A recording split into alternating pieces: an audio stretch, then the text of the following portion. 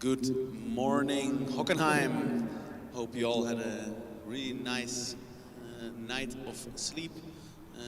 Our night was slightly short, but here we are, ready for the driverless track drive. Yesterday we saw the driverless cars perform the acceleration, but also the autocross, where they had to do one lap around this track. But today they need to do what I would feel like is a bit the endurance equivalent. But then in a driverless form, they need to complete 10 laps unbroken with their driverless car and again come to a safe stop at the very end.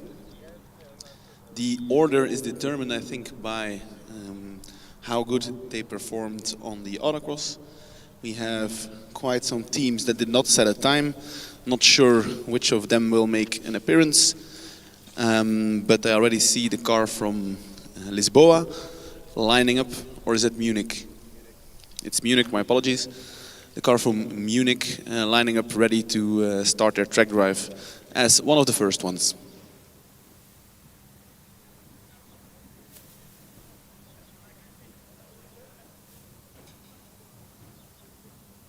And indeed, they are the first one in the running order.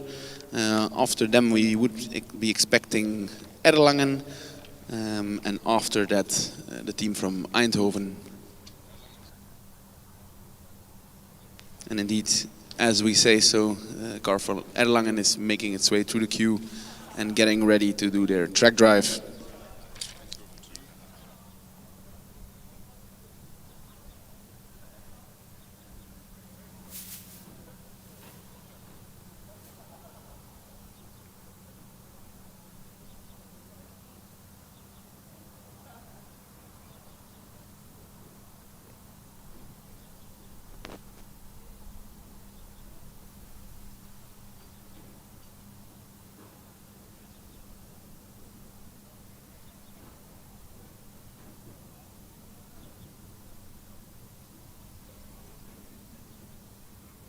And teams, they only get one shot at this. So it's really just like with the manual endurance, just the endurance called, which is tomorrow. So if something goes wrong, there's no other attempt. It's all or nothing. And it's pretty difficult really, because if they hit a cone or if they start to rebuild the track a bit, then of course in the next lap that these driverless cars will go around, they'll have to face some extra issues. Jonas, yesterday you were commentating on the autocross. Are there some observations you made with the track? What are the difficult parts? Where do we see some cars make the same mistakes? Anything you can expand on that? Yeah, absolutely. I did a track drive this morning just to reconfirm my suspicions here. Starting right at the start and finish, I think turn 1, 2 and 3 are already a tricky spot. We saw quite a few teams that were able to start just going straight through turn 1. Our suspicion at the moment is that in the distance you see the banners from the test track surroundings. There's a big blue and a big yellow one. Maybe they were shooting for those instead of the cones right in front of them. So yeah, we've had about 3 or 4 cars that were struggling right from the beginning. After that we get to the sort of midfield section around where the tire castle of the ASR is. That is actually looking a little bit simpler. There's just a straightaway and a little bit of a chicane in between. From where we are sitting close to the starting line behind the safety castle is a section where Trondheim in particular was struggling. That is, yeah, a lot more chicaney, left-right combinations there, obviously catching them out. Then in front of the grandstands, the furthest point away from the starting line is a very tricky hairpin right after the left-right combinations. That's a point where also a similar feature was present in previous years, where a lot of teams were struggling, a lot of cones being knocked over in that section. Then following the curve past the FSG forum, it gets a little bit simpler again until we get to the last few corners. There's one spot where the track gets slightly wider for a couple of cones and then immediately converges again. Those cone positions, I think, are overlapping with either the autocross or endurance layout for the manual disciplines later today and tomorrow. And then the last proper turn is also quite tight right-hander, pretty much just 90 degrees, absolutely no radius to it. So I would expect the outside blue cones, just like yesterday, receiving some love. Funnily enough, most of the teams managed to thread their front wing end plates right through the gap of the blue cones, but then the one team running without a front wing, Lisboa, managed to just plow through it with their tire. And talking about the front wing of Lisboa, let's hope that they could find a way to repair their car. So yesterday I think they had a bit of an incident at the driverless acceleration, but they managed to get it back in time to do a manual acceleration. And did they also do an autocross? So we might see them here as well on the track drive, with or without a front wing. Once we see them, we'll be able to update you. Yeah, I did already see them in the queue forming outside the dynamic area. They are definitely here. They're definitely ready. The nose of the car looks a little bit beat up, but yeah, like we were pointing out yesterday already, great performance by the team, getting something big, like a suspension of an entire corner, just obliterated, fixed within less than a day.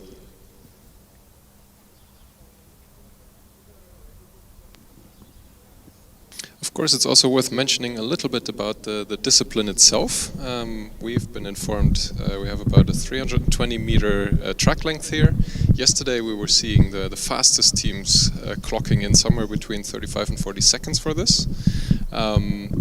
Overall, for the track drive, they have to complete 10 laps of this, which is of course nowhere near the distance that you would see in the endurance, the 22 kilometers that the manual cars have to complete.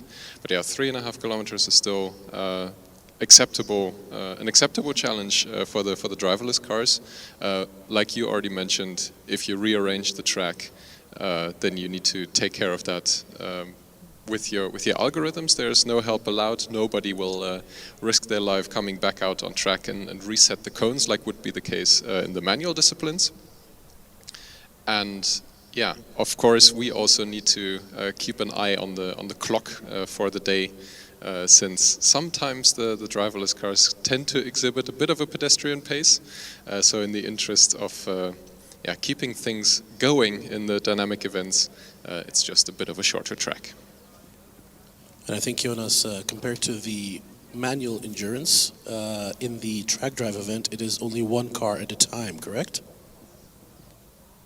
It is indeed, answering for Jonas, who is doing some stuff here with his backpack. Indeed, it's one car at a time. I really wonder at what point or what time we will see multiple driverless cars on track, but I feel like that's still a few years away. Would be cool though. And I'm quite curious to see, in the past years we've seen that cars in their second lap found a certain rhythm and then quite often just keep that rhythm going. Maybe the algorithms have improved a bit and they can actually go a bit quicker every lap, just like with the human drivers.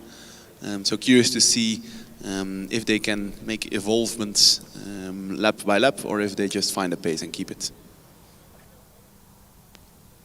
And just taking a peek over at the queue, it is great to see that so many teams appear to already be ready to go, ready to show the world what their cars are capable of doing.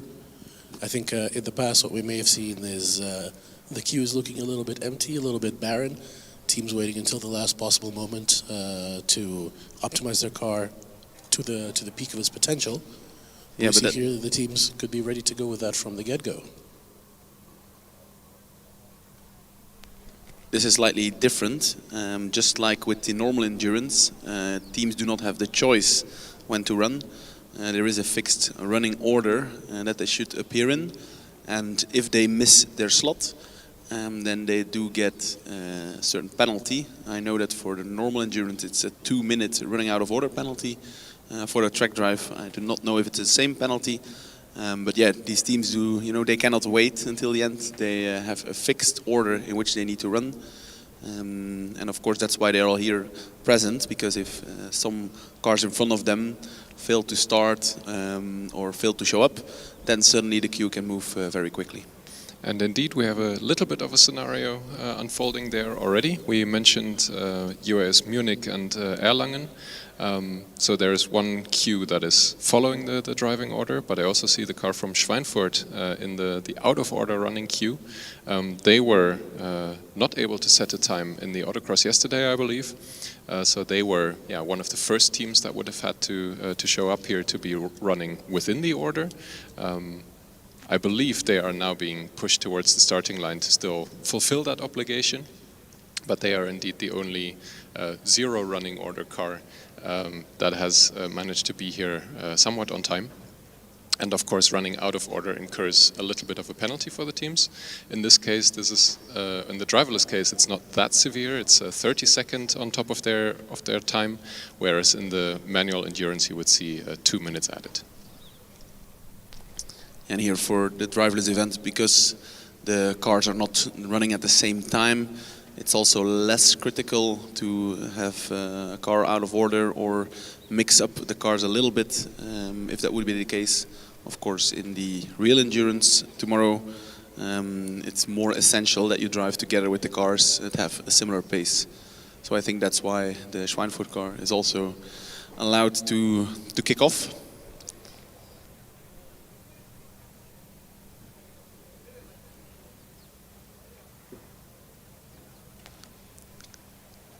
Yeah, really curious to see if indeed the cars will make similar mistake as you mentioned, Jonas, going straight here in the first corner. I think last year this section was a straight, so maybe all the teams optimized a bit too much on last year's track, speculating here.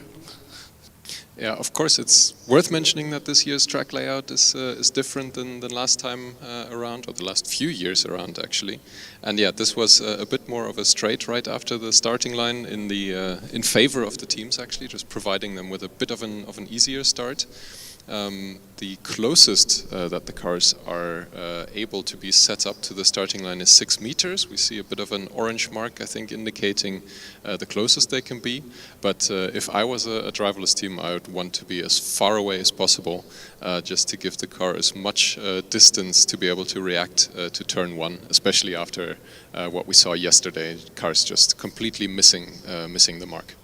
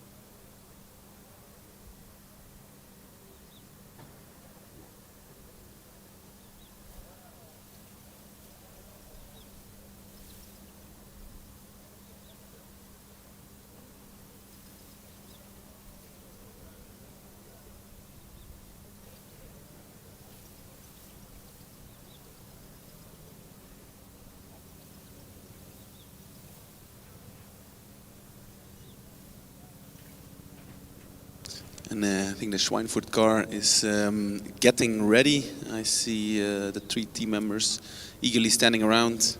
And one guy with a laptop making sure it's all calibrated well, but I see some heads shaking. We have the official here with the timer in his hand, so there's probably some kind of time limit that the teams have to set up their car. If it takes too long, then that might be a DNF. Maybe they can go again out of order. Again, not 100% sure about the procedures. Yeah, the usual time that we're looking at here for driverless is 1 minute from the time that you sort of really start working on the car, have the driverless driver leave the car. Christian is the main official, of course, with the stopwatch at hand, as we've also seen at the autocross yesterday, where it was getting pretty tight in terms of time, especially towards the end, in order to provide as much fairness to all the teams. This is being relatively closely watched. Judging by the speed at which we've burned through the running order so far already, just the first 8 teams, I believe, immediately not making it. I think we will have enough time until 11:30 this event will be open. And indeed, since they haven't gotten fully going yet, there might still be a chance for Schweinfurt to get going after most of the other runners, the last of which being KIT with the seemingly fastest time yesterday, will make their run. This is probably also a good time to mention that we say such things. Schweinfurt might be allowed to run, but this does not reflect the officials' decision. We can only commentate on what we think and what we speculate. But indeed, no rights for the teams in a competitive sense can be derived from this. This also goes for any cones that we see being knocked over, any other penalties being applied, and of course also any issues that the teams might run into in the post-inspection. After every run, there will be scrutineers looking over the car from a mechanical perspective, but also some data will be read out from recorders inside the car. There might also be infringements there. Hopefully, of course, everything goes all right, and the good run here on track will be rewarded with the equivalent points later on. But there are still chances that are outside of our view and outside of our control.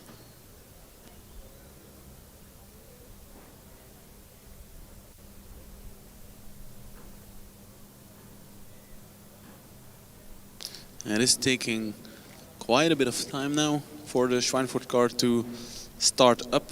I wonder that maybe if you take too much time, you can get some leniency maybe, I don't know. I see the official waving with his stopwatch indicating to the team, hey, get the car started. Of course, they're doing all their best. But something does not seem quite right. See the guy very frantically looking at his computer screen.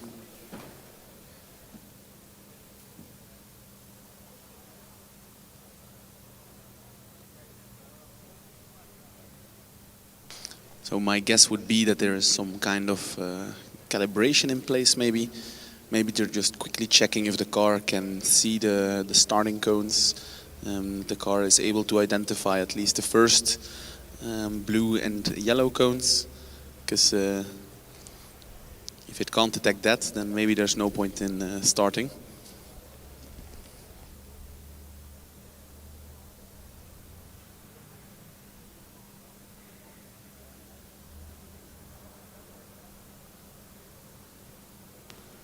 I see some more happy faces and also a T-cell flashing, the yellow solid light indicating that the car, the autonomous system is ready.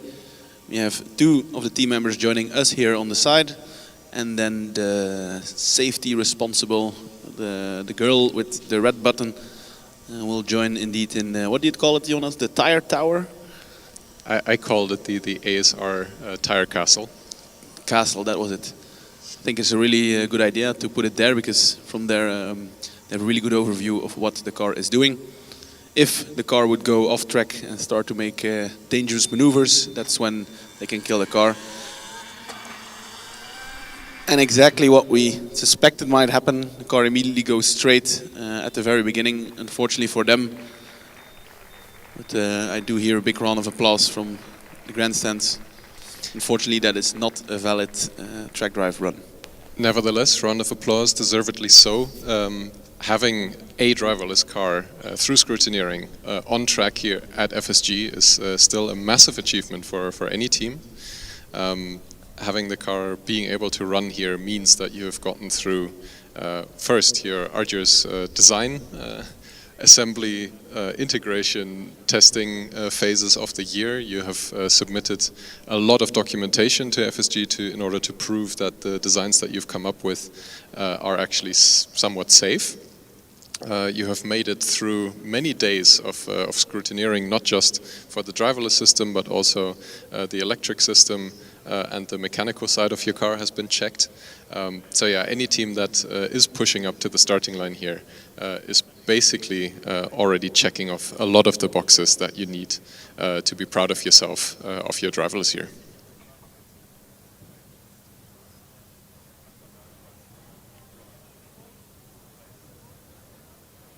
And then we have the car from UAS Munich. That was in the queue for a long time now. So are the other cars, of course. Making their way to the starting grid, starting block before the orange lines. And then the team will start to get the car ready for their track drive. Yeah, Munich is the first out of the 6 regular running order cars. Schweinfurt, of course, was not able to set a time yesterday, so they were 0 order is what I would call it. After Monash, we expect to see in order Tallinn, Ulm, Trondheim, Leuven, Darmstadt, Lisboa, Prague, Milano, Chalmers, Dresden, Zürich, and last but not least, Karlsruhe.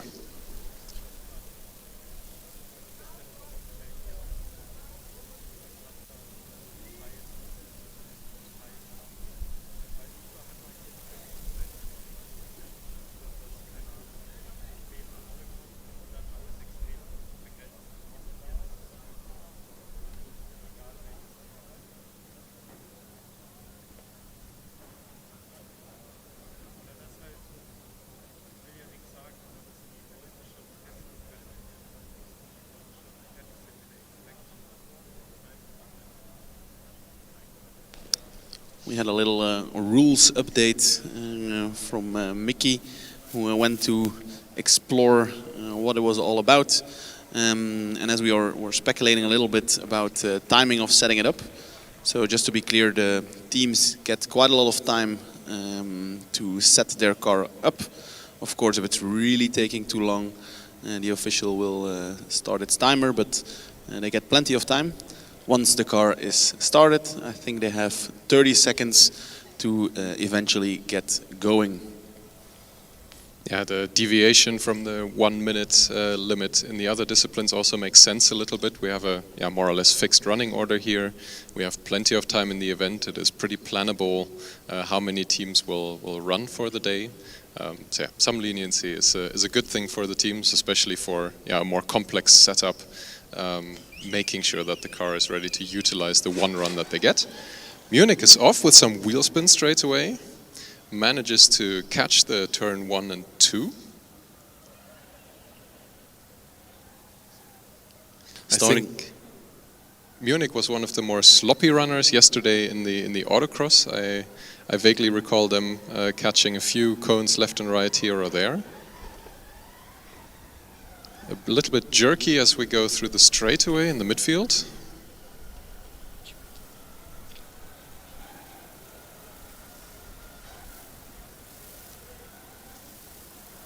Navigating now towards the section that we can't see properly anymore.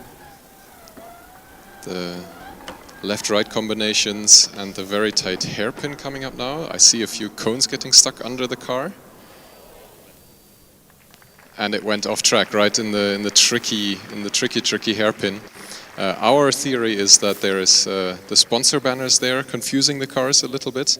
This is part of the challenge of running here at FSG that every team needs to face. They need to contend with a lot of environmental noise in terms of visuals. There's different colors there, different backgrounds, lots of cones. But yeah, deserved round of applause for Munich for attempting the track drive.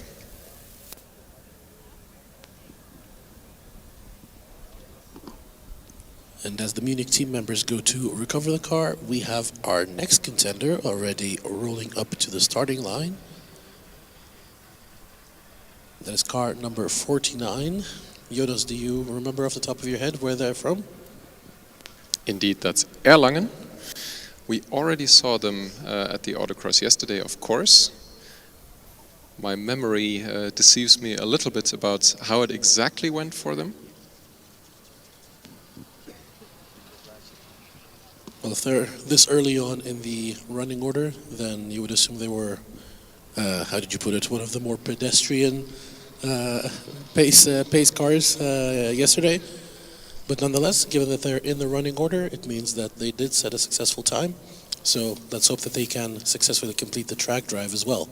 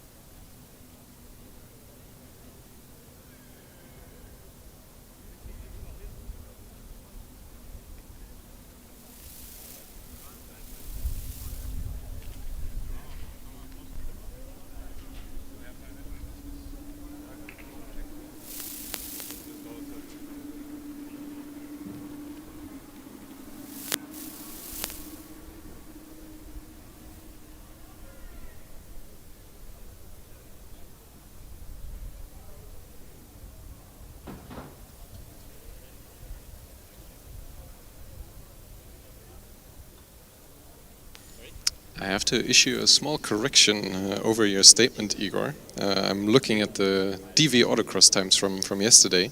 Erlangen did have an attempt, but their first and only run of the day, as far as I can tell, was a DNF, unfortunately. So I think the differentiator here is them being in the running order because they have made an attempt. Schweinfurt, I don't think, has done so that made them a zero-order car. And yeah, I'm not entirely sure what determines the running order of the DNF cars. Potentially some of the information from driverless skid pad and acceleration might be playing in here. But yeah, nevertheless, we have an order of cars. Erlangen is good to go. The ASR is retreating to the castle. Well, yeah, that's interesting, because looking at Schweinfurt and Munich, we saw that the team members retreated once the orange lights were already on. With the Erlangen car, no such indication as of yet. Yeah, tactically that maybe wasn't the smartest decision. Once you do retreat from the car, a 30-second timer starts running before you will have to push off again, as opposed to the ample time that you have once you're around the car. It also looks like the push bar is being reattached. The driverless driver is reinstalled in the car, and they will push away from the starting line again.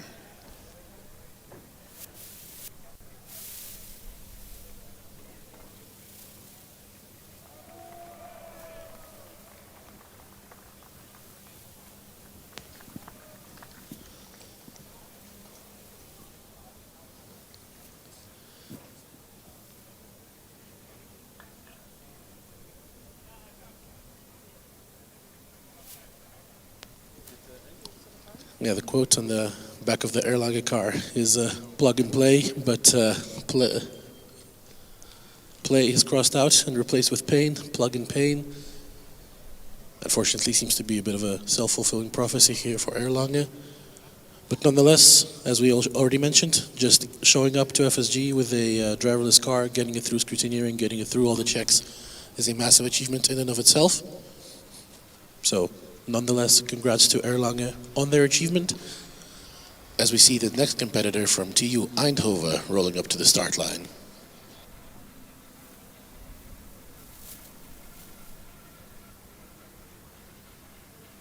So I don't think they set a time yesterday. So for them it will be pretty exciting, or tense at least, if they will make it round.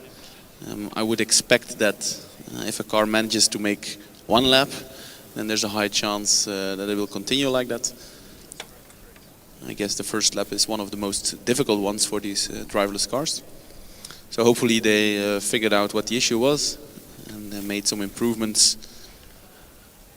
to do the track drive. And we'll see in a few seconds or minutes. Team seems to be very efficient with setting up the car. Only takes a handful of seconds.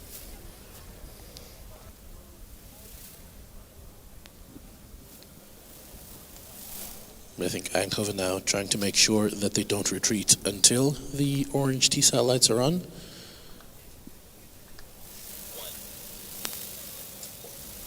Oh, well, you're saying that the safety responsible is actually retrieving, and I don't think the car is quite ready yet. There's still one team member setting it up, checking all the shutdown switches, see if nothing's wrong there. I do see a T-cell light flashing. There it is. I was going to say I don't see the orange light, but now we do see it, and everything seems to be ready and set up. Even the fans are, the cooling fans are starting. I hear the ready to drive sound, and off they go. Whew. Car wasn't quite sure left to right, hits a few cones with it. And unfortunately that is an off track for the team from Eindhoven.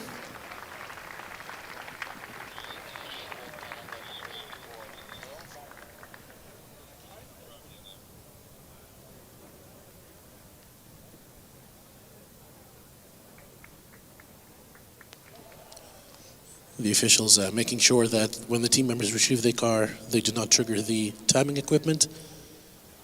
Very important to keep track of that, or the timekeeping overlords, as we call them, will sneak out of their van and dole out their punishment.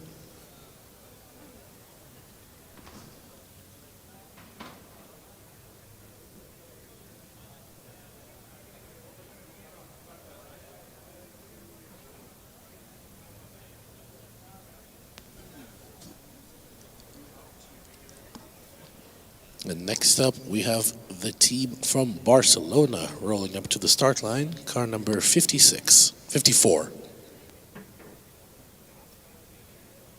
Yes, because these cars are more or less sorted by their performance in autocross, we would be expecting cars to go further and further as we progress through the queue. And the furthest one so far was the car from Munich, that made it all the way up to the very slow hairpin there at the middle or towards the end of the track, close to the smaller grandstands. Eindhoven unfortunately could not clear the first chicane properly. Could definitely see the car trying to find its way, going left, right, but eventually they start clipping some cones, and that's usually not a good sign. Nevertheless, it was an improvement. The two tries that Eindhoven had in the autocross yesterday were just two straight lines for about 10 meters past the starting line. So yeah, I'm glad to see that they made it around the first two turns.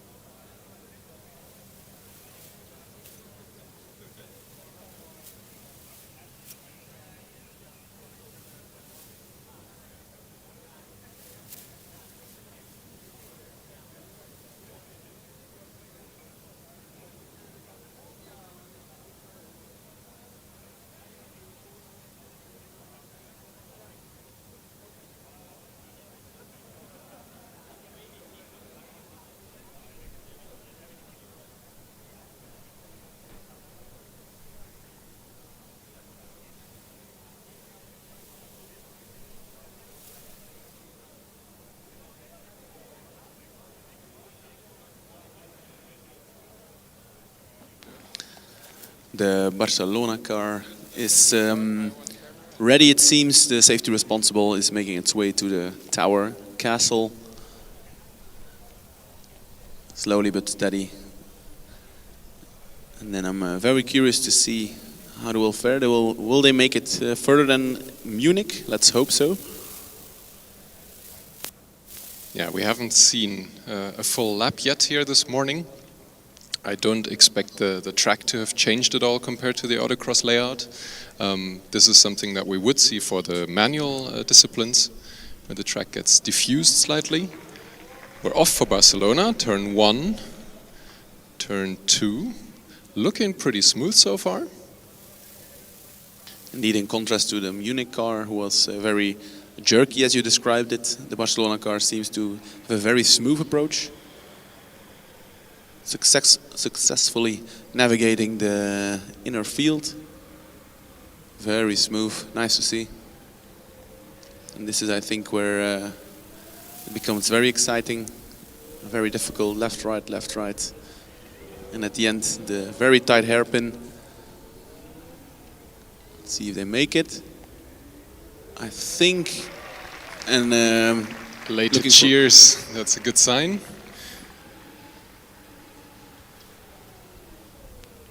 Now for the first time a car is coming up to the slightly wider section. Indeed getting a little bit confused, veering off into the wider section. Very tight last hairpin onto a sort of straightaway towards the starting line. And we have the first lap complete of the day. Now we just need to see 9 more of those.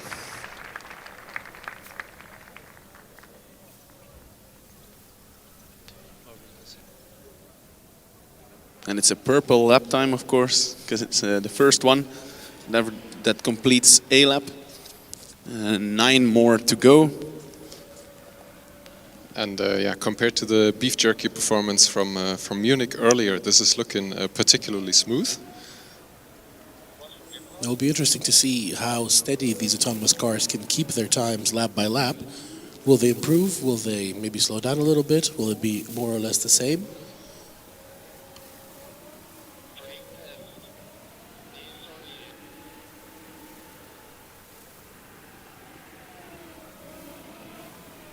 So their first lap was 67.7. They cleared to the last hairpin, 1 more chicane, and then we'll see what the second lap brings.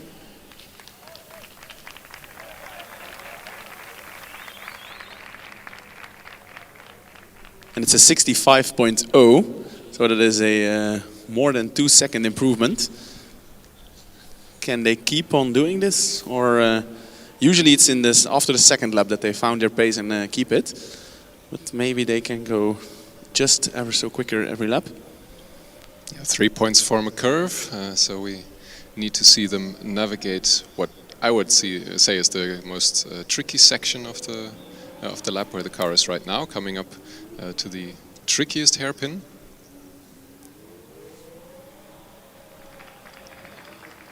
And judging by the crowd, again, since we can't see that part of the track very well, it's going good. I think the car has also recognized that a couple of cones are out of position where the track gets a bit wider, so it's not being confused by that part anymore. Seems a little slower through the chicane this time around.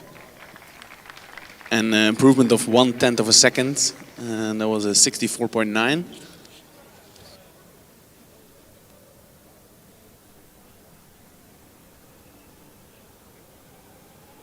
Car is really pushing hard now, of course, compared to the beginning years of driverless, where teams were allowed to really map out the track with all sorts of GPS equipment or other optical sensors before they were driving. This is, a stronger focus on the autonomy of the car, so I wouldn't expect the car to actually have a map of the track before it starts. And yeah, that also influences the degree to which I would expect the cars to significantly speed up during the runs. Of course, we're seeing a few seconds improvement here or there. To really validate that, though, we will have to look at the faster teams from yesterday, something like Karlsruhe, Zürich or Dresden in the later runs. And again, a 1/10 improvement. There's a 64.8. So every lap 1/10, so maybe they might break the 64 second mark by the end. I do indeed wonder, Jonas, you were mentioning that they do not are not allowed to have a map. I vaguely remember from the video from Karlsruhe, sorry, not Karlsruhe, from Chalmers, that they shared that they do kind of have a map of where the cones are, more or less. The question is to what degree they are allowed to use it to drive purely on the map, or if they always need to identify the cones and based on that drive. But I do feel like there's some kind of mapping of the cones through the track drive, but I'm not 100% sure. Because indeed here on the very last part, where there's a bit of a weird line with the blue cones, it did look like it was now taking a much smoother and straighter line through it, so it did some optimization at least.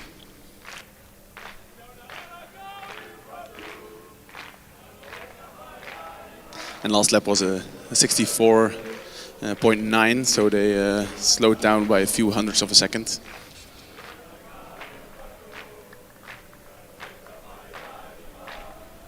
And Matti, you can see the timing board a lot better from where you are. What lap are we on at the moment? I think this is lap 6, unless it indicates that they completed 6 laps. But I do feel like they are now on their 6th lap. Yeah, so having gone past the hairpin now, half the number of times that they need to. I don't recall any cones being hit so far, so it's good to see a clean run.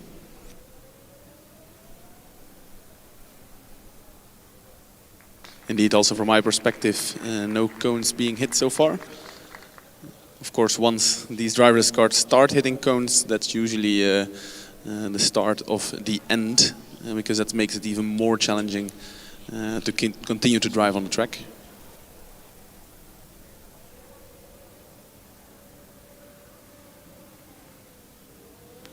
And the last lap was a 64.89, so they really found their rhythm.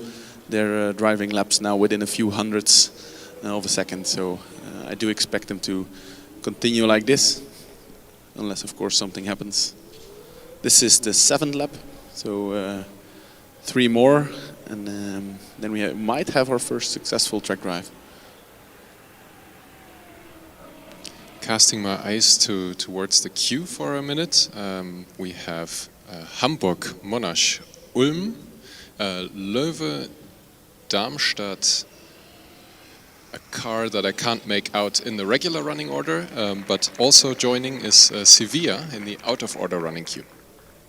The car that you could not figure out, I think, is Lisboa, without the front wing. And indeed we have Sevilla, one of the out of order running cars, or at least that do not have a fixed order, joining in the queue as well.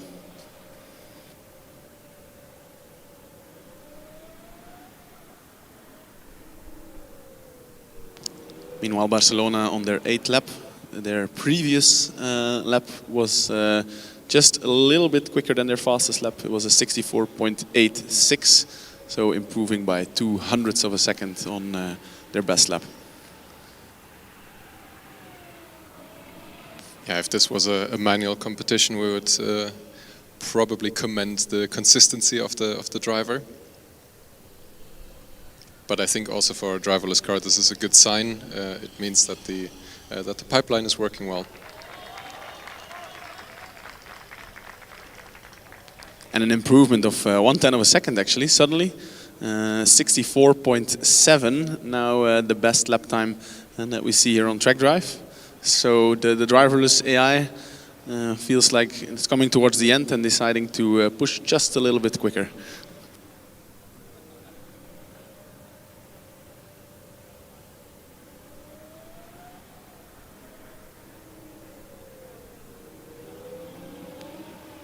maybe we can take the time to highlight a little bit the achievement again that this is, having seeing a car do laps around the track drive here. The chain of events that has to unfold to have a car perform here is extremely long.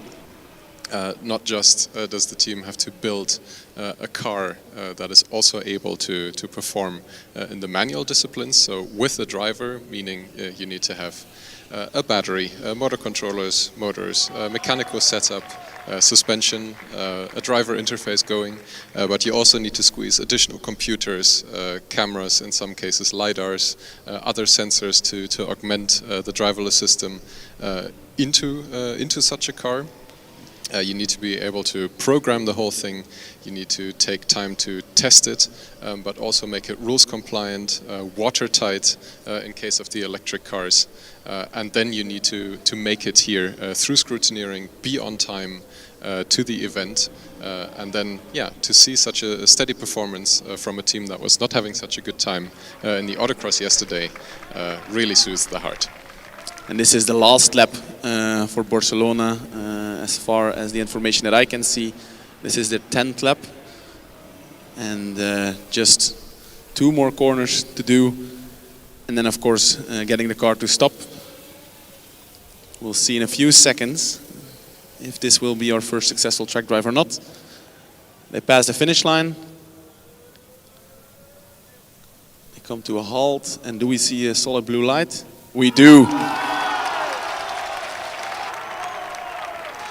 Big cheers from the Barcelona team members, both here in the dynamics area and on the grandstands. Congratulations, this is the first completed track drive of the day. All right, the benchmark has been set. They drove a very consistent track drive, lap times around the high 64. Super smooth sailing, as far as I could see. No cones being hit, no drama. Really good job by the Barcelona team. And the challenge is up for all the other teams to beat this benchmark.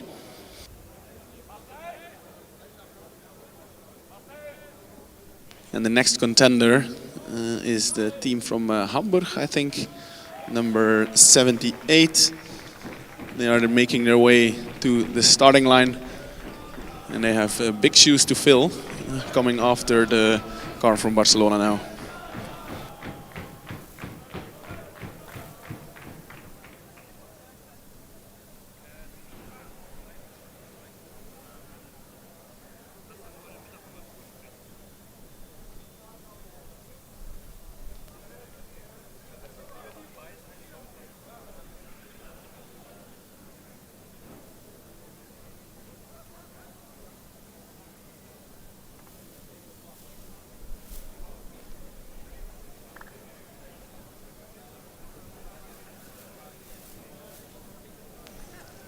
The car responsibles from Hamburg looking pretty calm and collected, focused faces.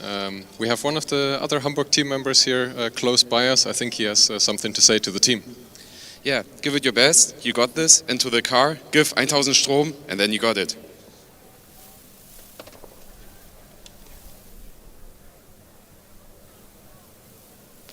Let's hope the 1000 Strom does not refer to the amount of current, because then we might have a problem here.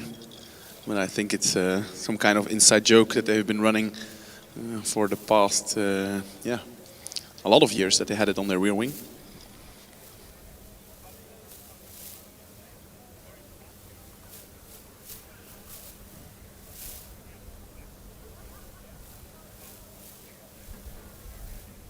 They always have this blue and green accents on the car. Even their rims are very nicely colored in this green and blue. Also the Hozier tire is actually quite pretty, with the letters very white. So they definitely took some attention to get all the coloring right. But none of that matters now. They're ready for their track drive.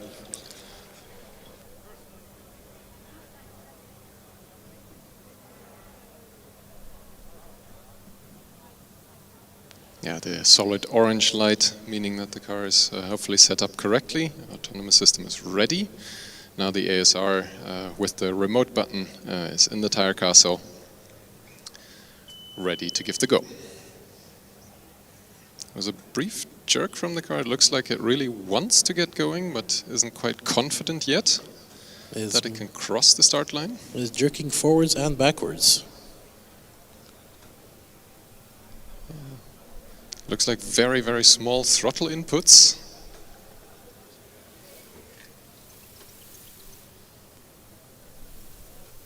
I think the motors are just ever so slightly engaging and then disengaging again, and the car settles back to the original position.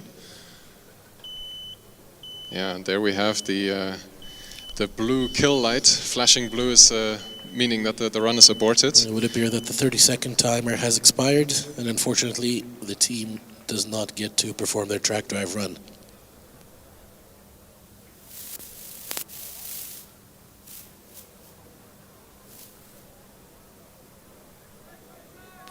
Yeah, unfortunately for Hamburg, this is it. Monash is making their way to the starting line instead. This is part of the unpredictability of driverless, especially in an event that potentially can take 10 or more minutes to complete just for running, like we saw for Barcelona. Sometimes it is a lot shorter, so this just puts an extra level of trickiness on top. Being here on time, being in the starting order, especially when a car can't make it, is tricky. You got to be here as early as possible. You have no time to waste in the pits this morning. If you're a driverless cup team, you got to be here as soon as you can. Sevilla is lined up in the out of order running queue. They were originally one of the zero order cars that would have had to run right in the beginning. They will incur a 30-second penalty, and I think they will be allowed to run once we see the last car of the regular running order being Karlsruhe right at the end. But first we have our friends from Diaonanda, Monash, car number 66. Yeah, I think yesterday they had a spectacular almost crash. Just at the end, was it? The car veered to the left. Luckily, their ASR was very much awake. I think he should deserve the award of best ASR of FSG 2024 because he managed to stop the car just in time before it was hitting anything. Yeah, the car managed to thread the needle between cones, the timing line, and the timekeeping equipment. And yeah, kudos to the ASR. Indeed, that was some very fast reaction. There is just about, I would call it less than 10 meters to the side from the starting line before you hit the tire barrier. We've seen a few cars last year struggle with that and actually incurring some damage. On the acceleration straight, we've seen a few cars getting very close to the wall. Darmstadt, for example, was cutting it very close. Lisbon, indeed, was unlucky and actually hit the concrete barrier. So yeah, this was a very near miss from them yesterday afternoon. Now, though, the car is set up again. Hopefully they complete the lap in its entirety and without deviating sharply to the left or right. And props to the team. Their setup time was just a mere seconds. No drama. They seem very relaxed, and the ASR is making its way to the castle.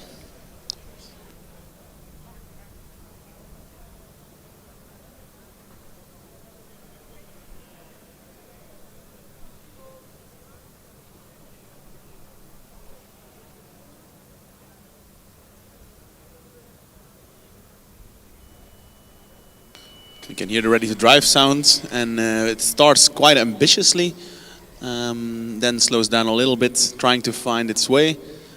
So far, the first two corners seem to go all right. So what we saw with the Barcelona team was that they found their way in the first lap and then just continued on exactly the same pace. So my guess would be that the first lap is the most crucial one.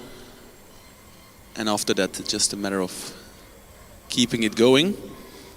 Infield section, you can definitely see the cars struggling a little bit with the chicane, but all going well so far. And here, this might be the most tricky part. Left, right, and then a tight hairpin at the very end. but they cleared it yesterday, and so do they today.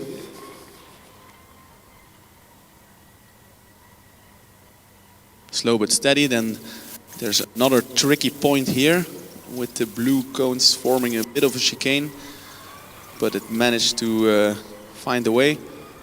And we have one sort of hairpin just before the straight, barely clipping the cone, but just missing it. One more small chicane, I would call it.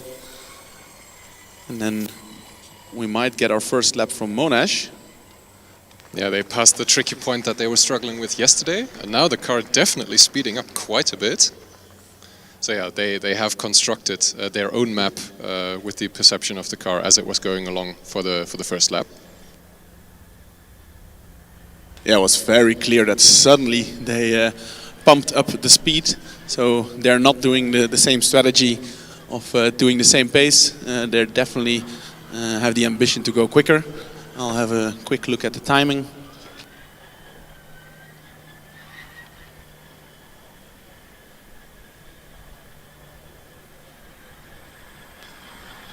And the car does seem to have clipped one or two cones in that section in front of the grandstands. And another one here on the last hairpin. Nevertheless, they do complete their second lap successfully, but let's see whether these small cones being a little bit out of the way affects the performance of the car in any way. And the first lap was an 84, if I recall correctly, so a bit slower than Barcelona, but they improved massively, 30 seconds improvement, and their lap was a 52. Will they go even quicker in the third round? Yeah, cones-wise, of course, it's not quite as clean as we saw from the Barcelona car. I actually think there was two in front of the second hairpin here, pointing towards the secondary timing screen. This is exciting now because there are some cones missing here, but car manages to clear it, so no drama.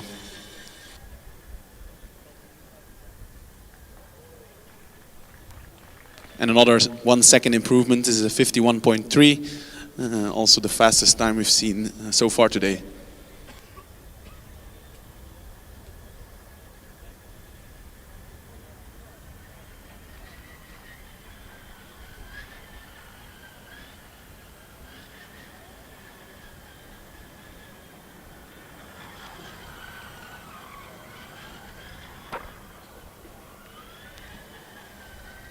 I think clipping one more cone just on the entry to that difficult hairpin in front of the grandstands, but continuing very smoothly.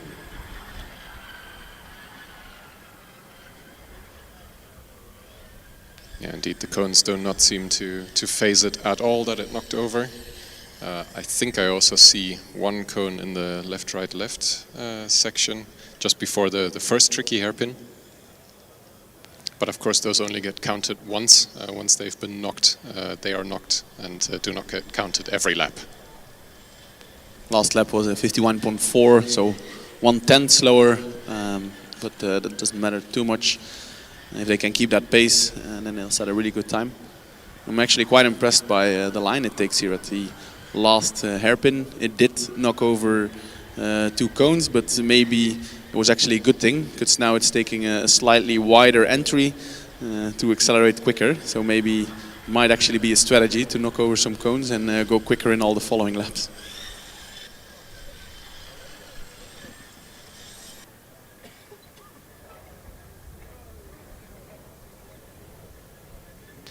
Again, same lap time, 51.4. So looks like they found their rhythm.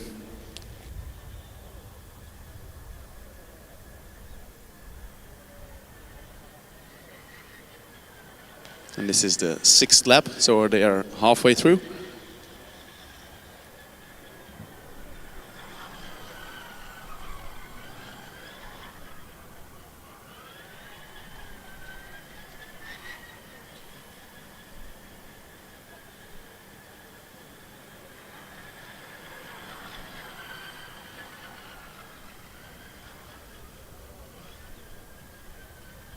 I have to say, this looks very spectacular. It's quick, it's clean, it's smooth. So they can definitely already be proud of themselves. 7th lap now. a few more, and then of course at the very end the car needs to stop. Always a tense moment.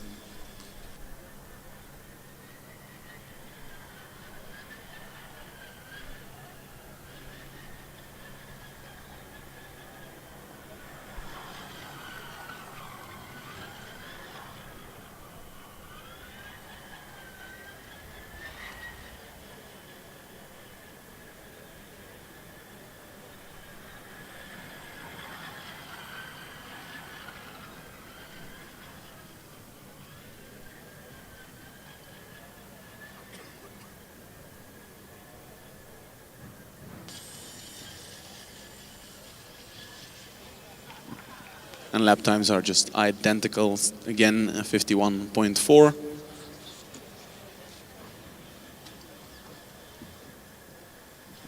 Yeah, there may not be too much for us to commentate on at the moment, but as of course is very good news for the team. The car is going stable, going smooth, setting a very similar lap time, staying well within the track bounds. That is exactly the way you want your car to continue to make sure you finish the track drive event. And you can very clearly see kind of the driving strategy the car is doing. So you can very clearly see it slows down for the corner and then out of the corner immediately accelerates. I do feel like they have some kind of speed limiter on, so quite quickly they hit that speed limit. But yeah, actually the acceleration out of the corner is pretty nice to see how they programmed it, or at least how the AI of the driverless vehicle is figuring that out. Yeah, the Monash drivetrain is a little bit louder than Barcelona. It's pretty obvious from the noise that the team elected to set a bit of a speed limit, or maybe the autonomous pipeline is deciding this by itself, just to be able to finish. Completing the 10 laps here is a lot more important to get right. You only have one try compared to the other driverless disciplines where you usually get 2 attempts. Reliability is everything. Such is the purpose of track drive and endurance events at Formula Student. Last lap for them. Times are still quite consistent. They just went a few tenths slower. But it's all about finishing now. They will be super stressed or tense. The guys and girls from Monash. There are still half a lap left. And then see if the car can correctly identify the end.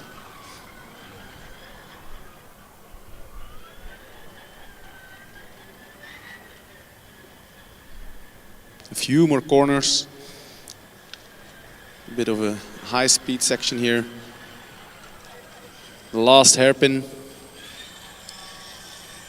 One chicane. And there they go towards the finish line. Cars come to a stop, and we see a solid blue light. Congratulations, Monash. Big cheers from the crowd. The team is extremely happy, and rightfully so. The second car we have here finishing the track drive. Really impressive to see, and at quite the pace. I think on average they were 10 seconds faster than the Barcelona car. Need a new provisional first place.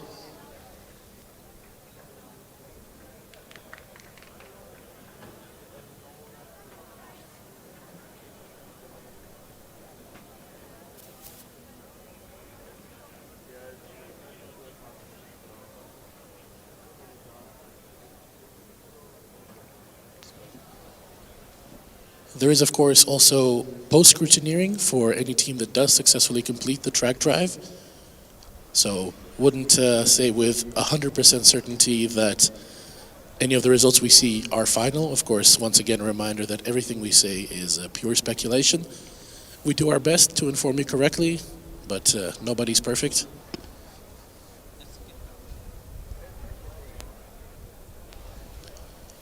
And now we have the car from Ulm, or is it KIT? I can't quite tell.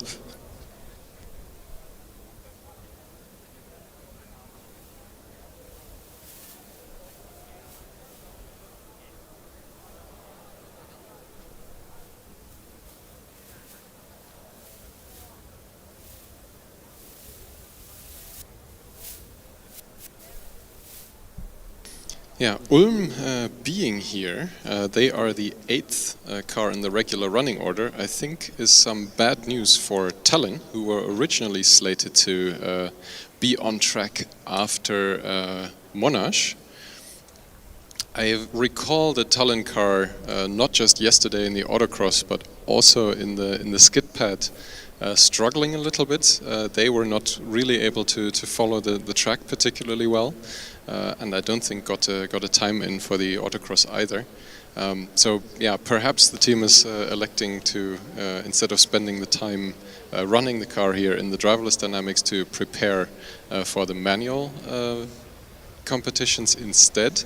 I could understand that, even though it's a bummer for us. We will see less runners. Who knows, maybe they will still show up for an out-of-order running slot later today. Ulm, meanwhile, getting their car ready very quickly. The ASR has already retreated to the tire castle. Now that they're safely behind the tires, the official will start the 30-second clock. And the car is ready to drive.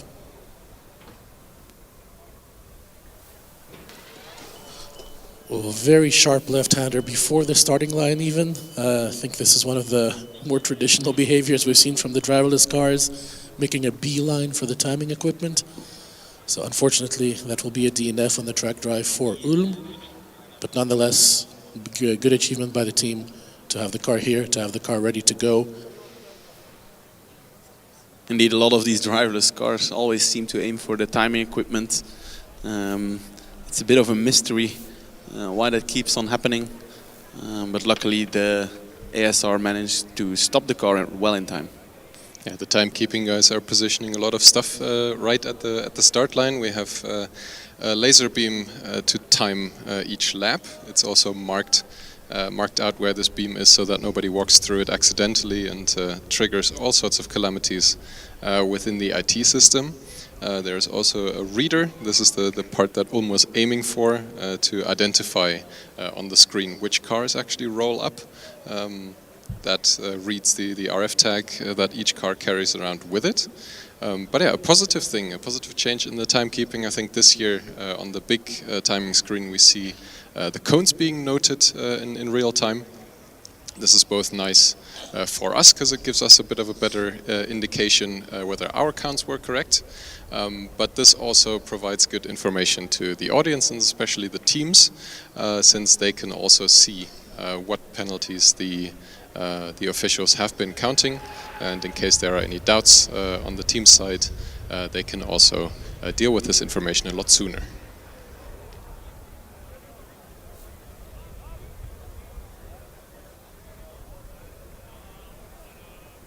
Yeah, now we're beginning to go through the running order in very quick succession. Tallinn, of course, wasn't here. Ulm ran into some issues. We're skipping past Trondheim as well in slot number 9. And Leuven, 10th position out of 18 regular runners, is up next.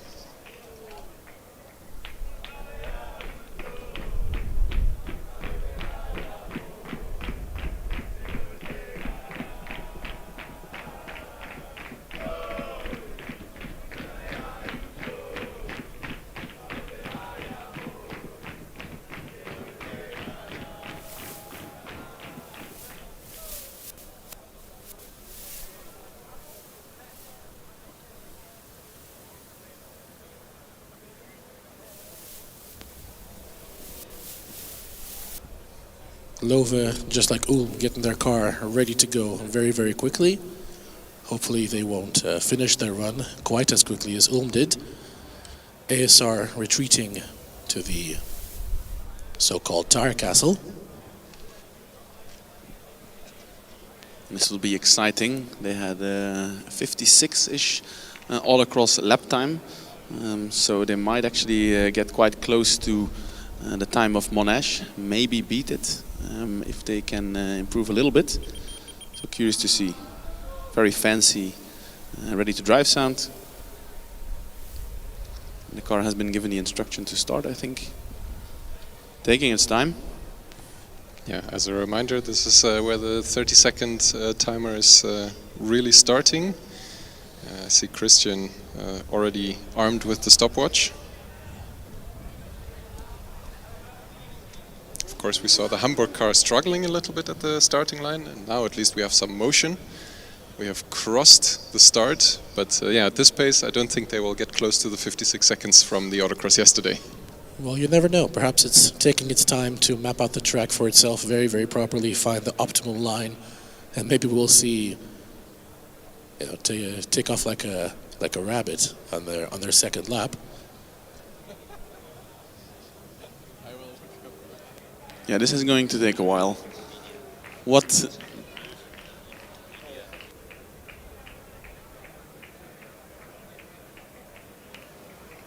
So I think this is already taking half a minute just to cover the first corners. This might be a very long first lap. Let's hope they can map something out. Yeah, it's a bit of a tradition here for us commentators that if a car likes to take its time making its way around the track, we like to educate the people at the track and the people watching along at home on where the team is from. So, Jonas, what can you tell us about Leuven? Yeah, indeed. Leuven, also called Leuven, is the capital and largest city of the province of Flemish Brabant in the Flemish region of Belgium. It is located about 25 kilometers east of Brussels. The municipality itself comprises the sub-municipalities of Heverlee, Kesselo, Leuven proper, Wilsele, Weichmaal, and part of Haasrode and Corbeek-Loo. Jonas, I think you might want to pace yourself a little bit. It is the 8th largest city in Belgium, with more than 100,244 inhabitants. Yeah, and of course also home to the University of Leuven, one of the biggest ones in Belgium, next to the University of Ghent, who's also here on this competition. I think I know a lot of my friends studied there in KU Leuven. They have a lot of different faculties, or not faculties, but different buildings also in other cities like Kortrijk and so on. Yeah, you're taking the words out of the Wikipedia article. The next part is about the university. So Leuven has been a university city since 1425. Bet you didn't know that. This makes it the oldest university city in the Low Countries. KU Leuven, the largest Dutch-speaking university in the world, and the largest university in the Low Countries, and thus also Belgium's largest university, has its flagship campus in Leuven. So like you mentioned, there is a lot of different locations. The city is home to the headquarters of Anheuser-Busch InBev, the world's largest beer brewer, and 6th largest fast-moving consumer goods company. Perhaps that's why the rear wing quote for the team is blood, sweat and beers. Yeah, maybe their driverless AI had a bit too many beers though last night, because it's definitely taking a very cautious approach. And as we say so, I think they kissed a cone. I think they rolled over it, bent it a little bit, but it felt right back where it started. We had some excitement at least.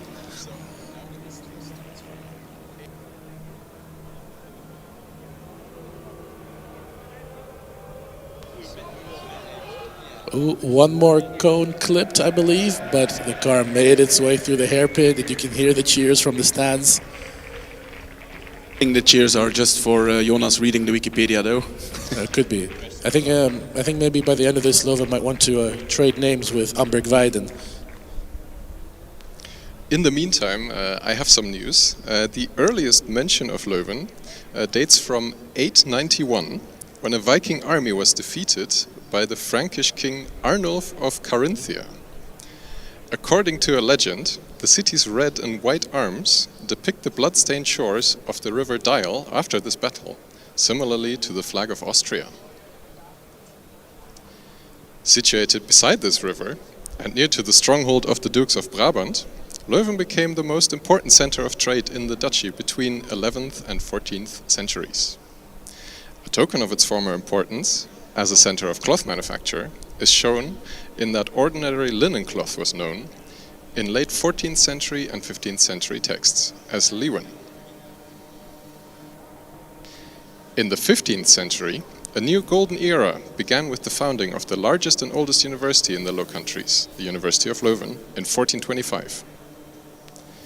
Prestigious buildings like the Town Hall and the St. Peter's Church were constructed. The art of painting flourished with painters such as Dirk Bouts, Albrecht Bouts, Jan Rombouts the Elder, and the painter Quinten Metzes. Hold on a second, Jonas, we're on the final hairpin. Rolling over one of the cones with the rear tire, but I think still leaving it inside the cone box. Matti, what can you see on the timing screen? Nothing. I cannot, there's no progress on there. So if you wait 20 more seconds, then I'll be able to tell you the first lap time, assuming it will fit on the screen though. But of course we are trying to entertain you a little bit during this first lap. Despite that, it's very impressive, of course, that they are making its way around to the first lap, and let's hope that they can speed up a little bit in their second lap now that the mapping of the first lap is completed. I think the media team getting some very nice slow motion shots.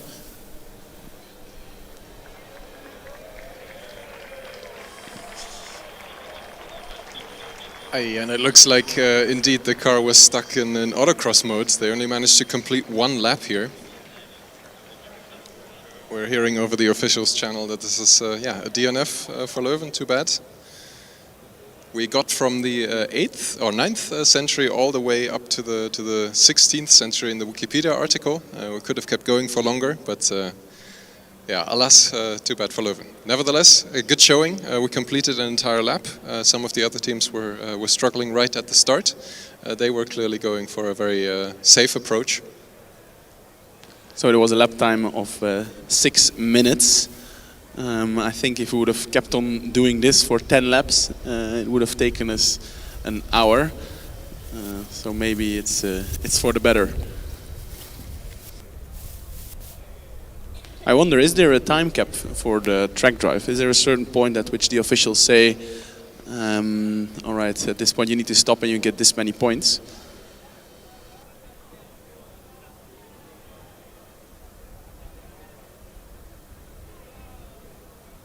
I also do see the car of Trondheim entering the queue now. I think, Jonas, you mentioned that they were expected already before. So I think they will be queuing behind Sevilla and will be allowed on track as part of the out-of-order cars.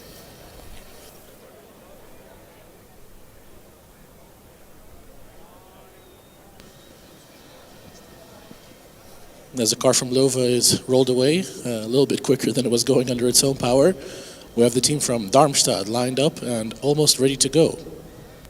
Yeah, I have to correct myself a little bit. The Leuven car was in fact not in autocross mode. This was a measure by the team members to abort the run. There is a time limit for the first 3 laps collectively. They were 1 minute away from that mark when they crossed the finish line. So yeah, indeed there is some time limit set for the performance of the car on track. The team members mentioning that, yeah, I think we forgot to set a correct parameter for the speed to make the car go a little bit faster. So there was no confidence in the car managing to complete the first 3 laps within the posted time. So they decided to forfeit and let Darmstadt have a go instead. Yeah, I was really curious if they would speed up significantly after the first lap, but apparently even the team members did not expect that.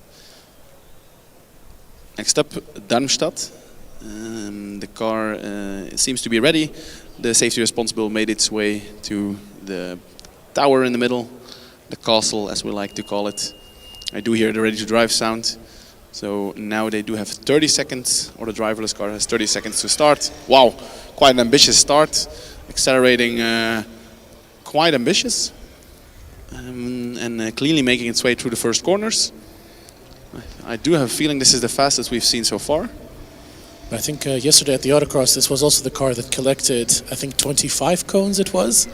So let's hope they get a cleaner run in today.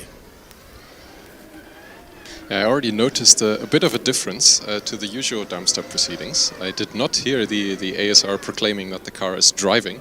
Maybe he he learned from the skid pad on Thursday where he did so, and then the car in fact was not driving. Just don't want to jinx it. We're coming up to the second tricky hairpin. Yeah, car is driving very well indeed. A very clean lap, no cones as far as we could tell. And continuing on to lap 2, looking a little bit twitchy. And there was a 52.9, so 1 second shy of the best lap time we've seen from Monash. But of course, we do typically see some improvement in the second lap. So place your bets. I think they'll go sub 50. I see the car is bobbing and weaving and bobbing, but staying well within the cones. I think the front wing does make a bit of an expedition outside of the track lines, but make sure to do it between the cones, not clipping any along the way. Yeah, as I was doing my track walk this morning, I was wondering whether some of the cones were strategically placed, like for example here at the hairpin for front wings to thread between. That would be extremely accurate cone positioning, but you would also expect nothing less from FSG. Second lap, 50.1, so I was 1/10 off with my prediction. Will they be able to shave off another 10th? And then they get into the 40 seconds club. And the car looking much smoother on lap 3. I think much smoother steering input, a lot fewer adjustments required. So it seems the car is settling into a comfortable state for completing the rest of the drive.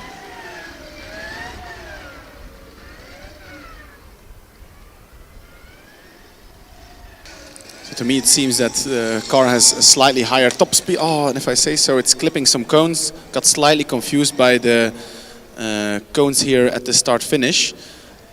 But continuing on its way. It took out quite a few blue cones on the left-hand side of the track just after the start-finish line. I think we'll see whether that confuses the system at all. I see it now also deposited a blue cone right in the middle of the track in that little left-right section by the tire castle. Yeah, I see 8 cones out of position in total, one of them being one of the timing cones. Usually that is used by the cars to notice the start-finish line. And yeah, also the cone in the midfield might be a bit of an issue, since it is more or less in the middle of the driving line anyway. Fingers crossed now. No, it does keep. The car seems to remember where the track line is. Manages to find the line again, knocking out a couple more cones along the way, but getting back into the race line. Now coming up to the blockade. Just smashes right through, no problem. And actually they sped up quite a bit. The lap where they started hitting all the cones was actually a 44-second one, so they improved drastically. Yeah, the speed is coming at a bit of a cost. The car is getting a little bit sloppy also in the left-right-left combination section. A few cones were at least touched.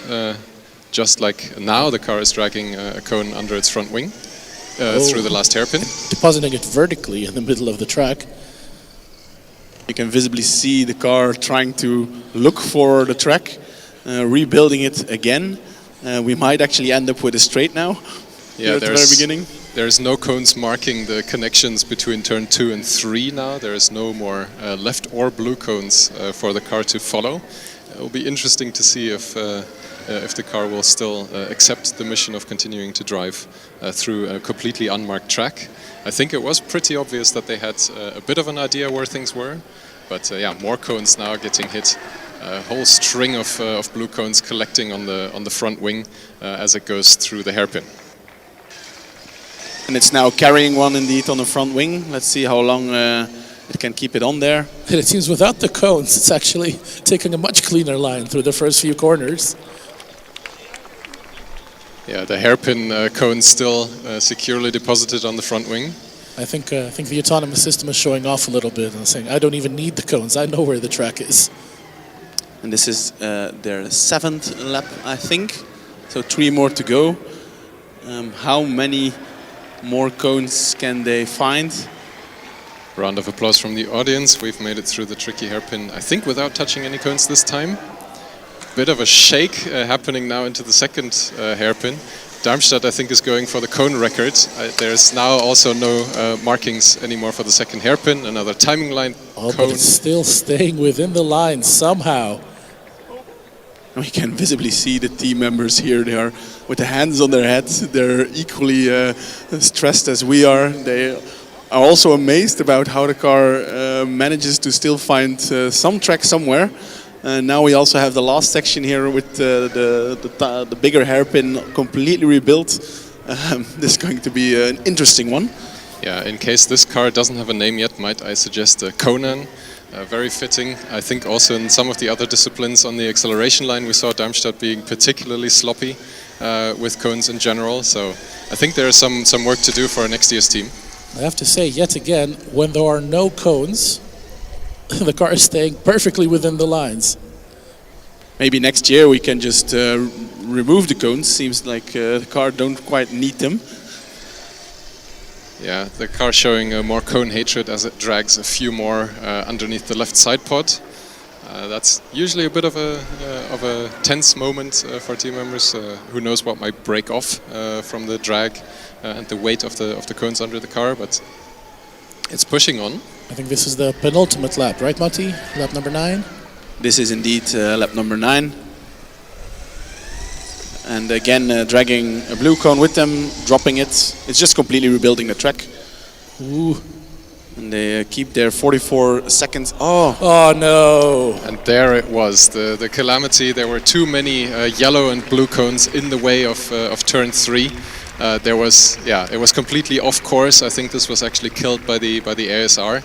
Since we were leaving the track, it was misled by the cones that it had deposited there. Nevertheless, we got up to lap 9, a great performance. I think there is a little bit of a consolation prize if you do make it this far into the track drive in terms of points for Darmstadt. But yeah, a great showing.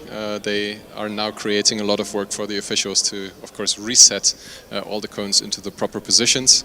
They are marked, but I think some of them also need to be dragged away from under the car.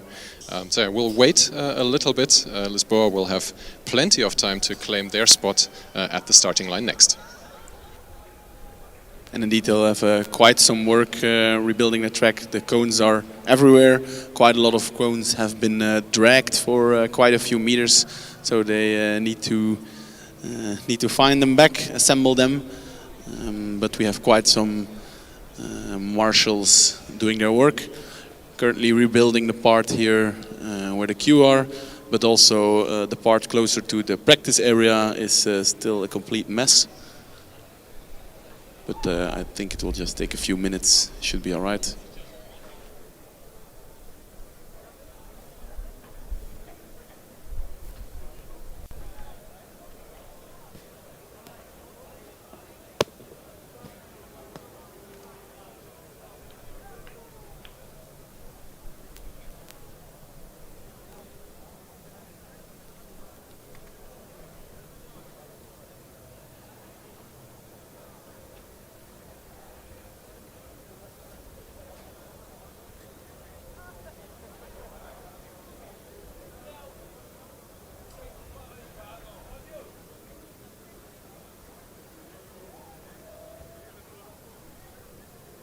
Of course, every cone needs to be checked and that they are on the exact correct position.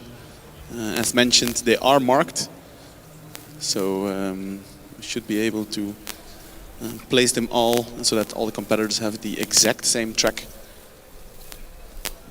The part where it gets a little bit tricky, of course, is that we already have markings for the autocross later today on track. So this is getting a little bit mixed in with the driverless lines. So yeah, some careful looking required to make sure it's all in place. Yeah, there are some green lines, there are some blue lines. Some of the cone markings have a ladder or some kind of sign in there to indicate to the marshals where for each event the different cone placing needs to be. And again, we have the very enthusiastic crowd from Lisboa doing their usual warm-up song for the driverless car.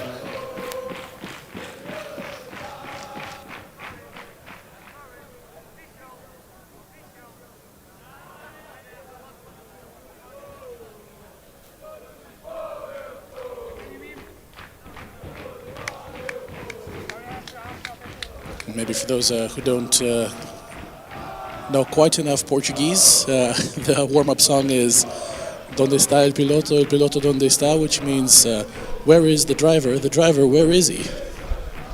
Well, the driver is here next to us, and indeed not in the car, but that's the whole concept of the driverless competitions, of course. I think we are waiting just a little bit for the officials to check the track. Better safe than sorry. In the meantime, the Lisbon guys can make sure their car's ready, but looking at their faces, I think they are, and they're just waiting for the officials to give them the go. I'm surprised how relaxed these team members can be in these kind of situations. This is of course what they worked for the whole year.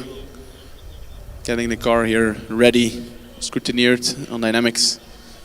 As we already mentioned before, they had a bit of an incident yesterday, unfortunately, and that's why they are running here now without the front wing. On the driverless acceleration, the car got slightly out of control at the very end and hit the wall, actually, causing some suspension damage. But they managed to repair it very quickly, within a day, within a few hours even. And they even competed with the other events in the afternoon yesterday. And here they are again for their track drive. So yeah, very good job by the team getting the car repaired. Definitely not giving up. And setting quite a good performance yesterday as well, still, on the autocross.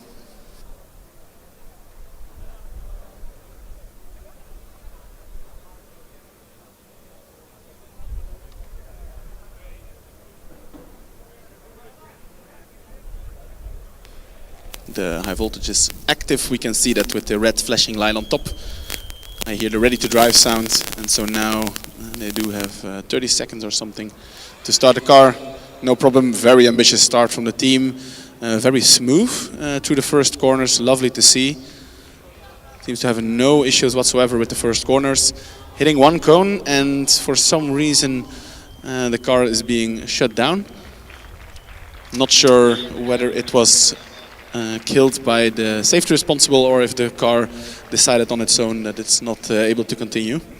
I think because it went straight to a flashing blue light, my suspicion is that the car went off track with all four wheels, and the ASR decided to stop the vehicle in the name of safety. I'm not so sure, to be honest, because the car is still relatively close to the track. It only hit one cone or two cones. It's not too bad. We've just seen Darmstadt rebuilding the entire track. So it would surprise me that they already decided to kill. But we'll figure it out later. Too bad for them. And they started off really ambitiously. The car was driving super smooth. But then in the fourth corner, just in the infield, the car stopped or was killed. Next up, we have the beautiful blue and red car from Prague.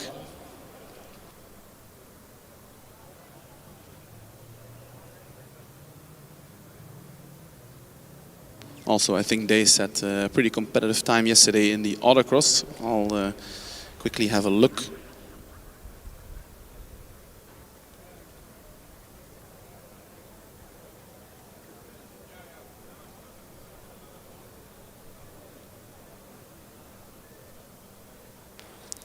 Yeah, yesterday I think they set a 41.4 second autocross run, which is already pretty fast.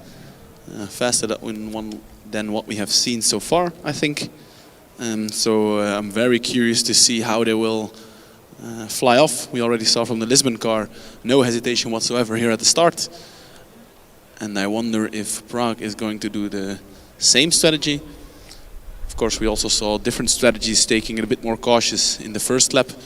For example, the Dortmund car, or Darmstadt car, just before did a cautious first lap and then immediately improved almost 10 seconds on the second and third lap. Of course, they did hit a few cones once they started speeding up. Also, we saw the Leuven car slowly creeping, mapping the track. And then probably as we move forwards in the track drive, we'll see quicker and quicker cars coming. So my suspicion would be that they will start quite ambitiously and then see if they can improve throughout the track drive.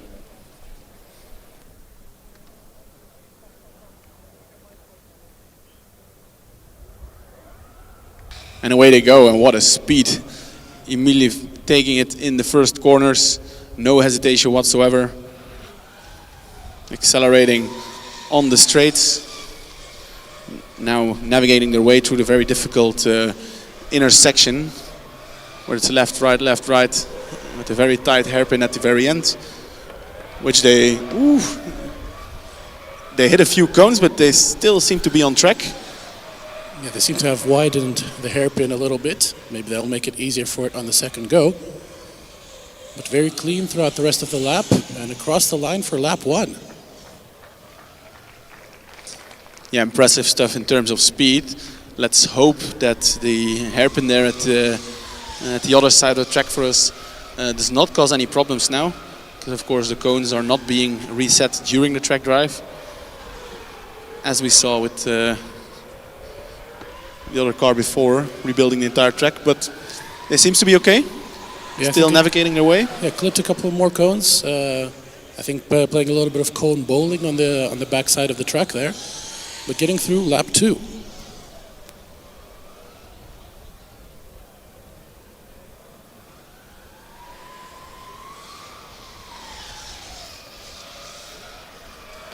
And they are currently smashing the lap record. Oh, as I say so, apologies. The car went off track, missed the track completely, and it was stopped by the safety marshal. Too bad. I was just going to say that they are currently smashing the lap times here.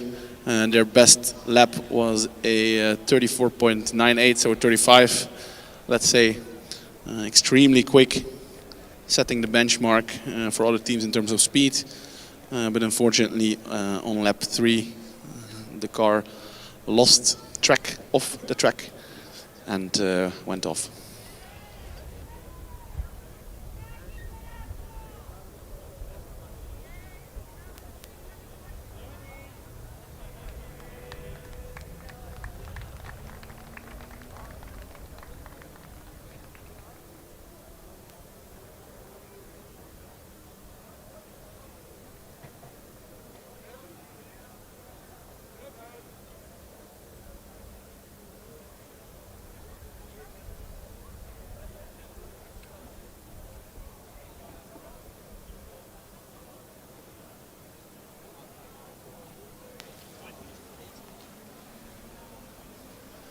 Now see the fourth last car in the running order rolling up to the starting line.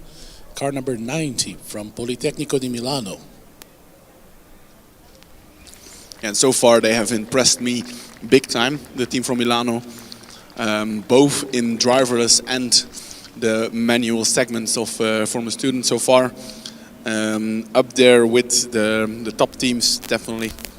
And I think they'll be doing quite well overall. And let's see if they can wrap up their track drive as well. So also they are competing in the Driverless Cup. So in contrast to the acceleration and skid pad events that are obligatory now to also run a driverless event, the autocross and track drive are only for the cars that participate in the Driverless Cup, which is a separate competition next to the Electric Cup.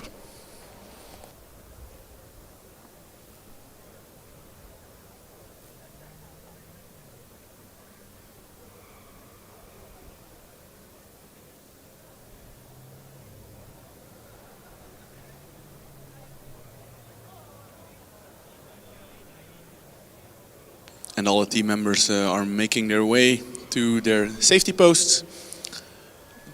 We see a thumbs up from one of the team members to the safety responsible, I think. So all seems to be good and ready to go. You can see the orange lines flashing. So now it's all up to the car. And will we see another very ambitious start? A wee bit of wheel spin even. Cautiously starting. Oh, and as I say so, immediately accelerating out of the first corner. Very quickly on the straights. And slowing down very gently for the corner. Taking a very smooth line. Unfortunately clipping one cone. Should not be too bad. Can they make their way through the tight hairpin? Yes, they can. Good job by the Milano team. And we're almost wrapping the first lap. You could see a little hesitation from the car trying to figure out its way through the very difficult last section. And that's their first lap. The car now back on the first straight. Let's see if that cone they clipped before presents any trouble. Well, they clip it again, but now they push it out of their way. And now the track is clean for them once again. So their first lap was a 36.2. And it's an extremely quick first lap. I think the quickest one we've seen so far. Best lap is still from the Prague car we just saw with a 35. But I do expect the Milano car to improve on their second lap. Let's have a look. And it is a... No, it's a 37.3. So they actually went slightly slower on their second lap. Interesting to see. Maybe, you know, the cones being in a slightly different position might cause them to take a slightly different and slower line.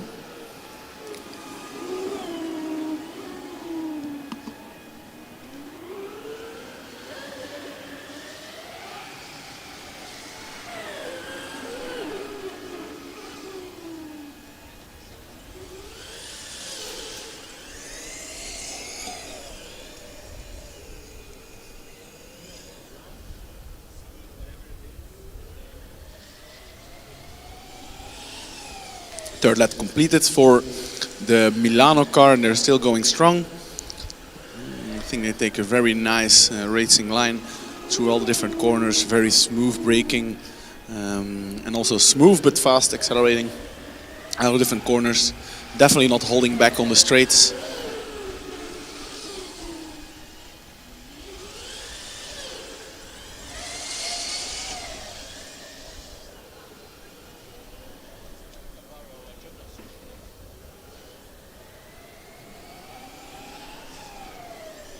And I have to say, taking a very, very consistent line. There's one cone there just in the first corner after the straight line, and I think they just clip it the smallest amount with their left rear tire every single time. So it seems the AI is very dialed in to what it thinks the optimum line is. Yeah, and actually they went a bit quicker again. They're closing in on the sub 35 second time.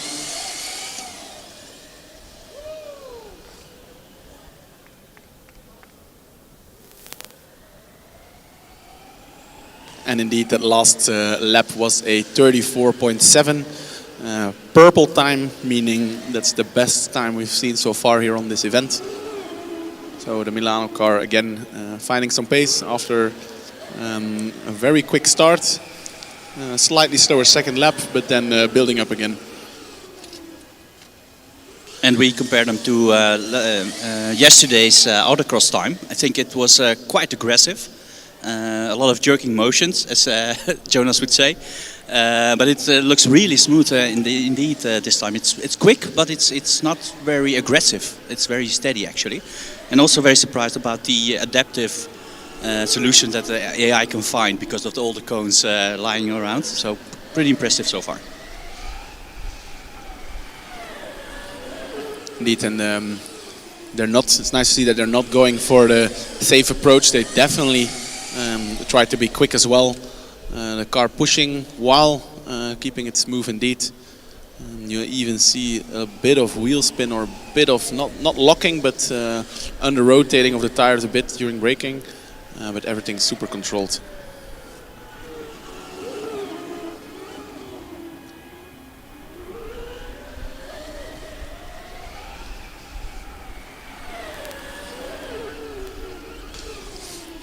And as we are saying, they actually improved again. They had a 33.4 on their last lap. And this was a, let me refresh, 33.3, so they are definitely improving. I think this is their 9th lap. Yes, indeed, it's their 9th lap, so only after this, only one more to go. And we're not going to jinx it this time, because yesterday we jinxed a couple of cars, so with our commentators' curse, we're not going to do this time, so we'll just have to be patient and see whether they can finish it, but so far it's looking really good.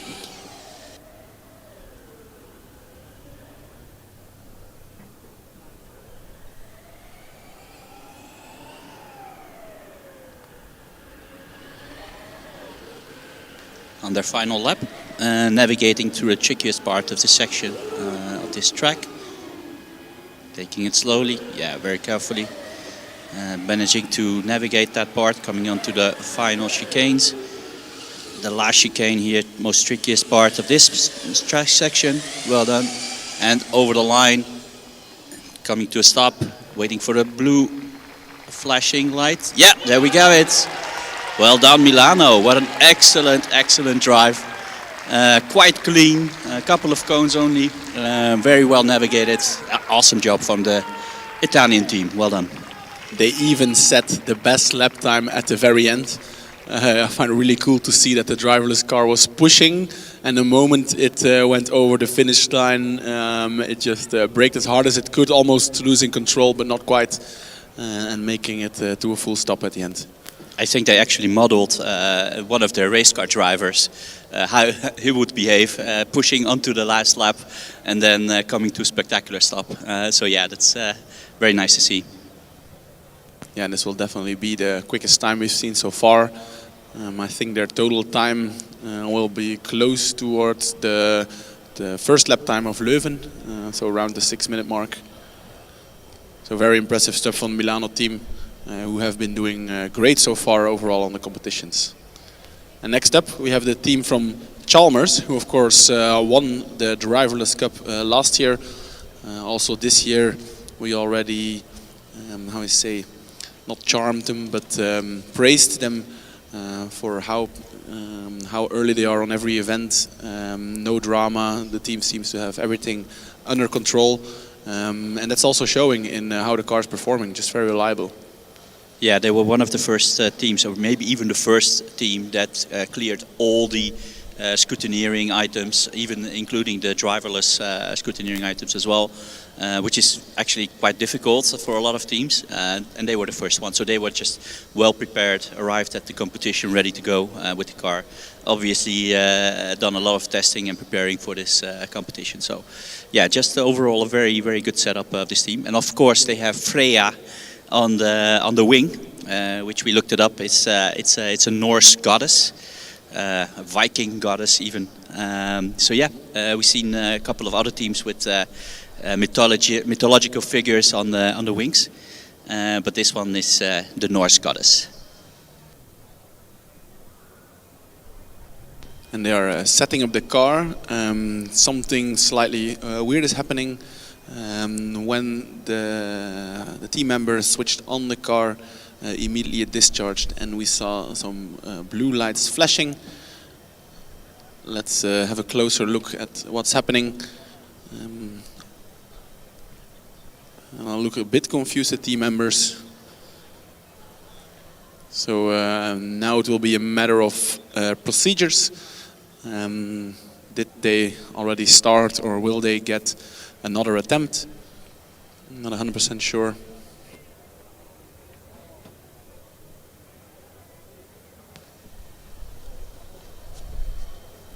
So we just heard from one of the officials that they will be allowed to go into out of order queue.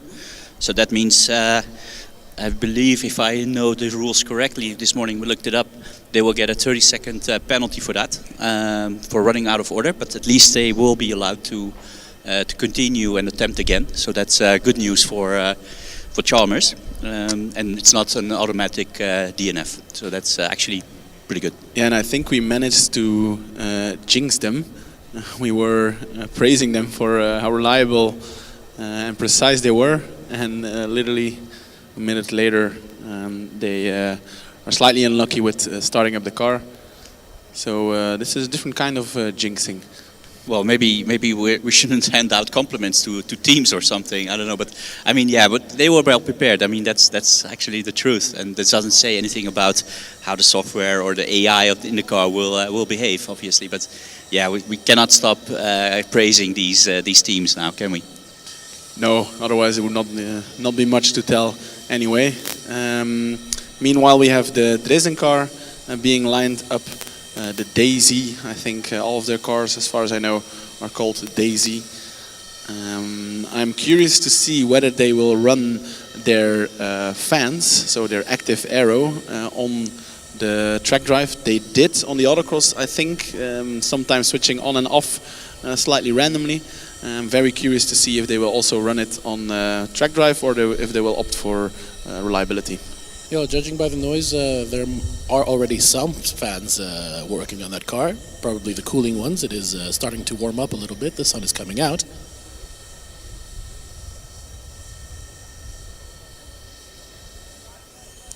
Solid orange lights are on. ASR making their way over to the tire castle.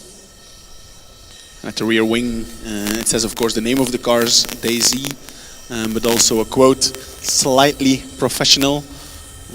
I think that's exactly what a student competition is all about, moving more towards professionalism, but still keeping it a little bit fun.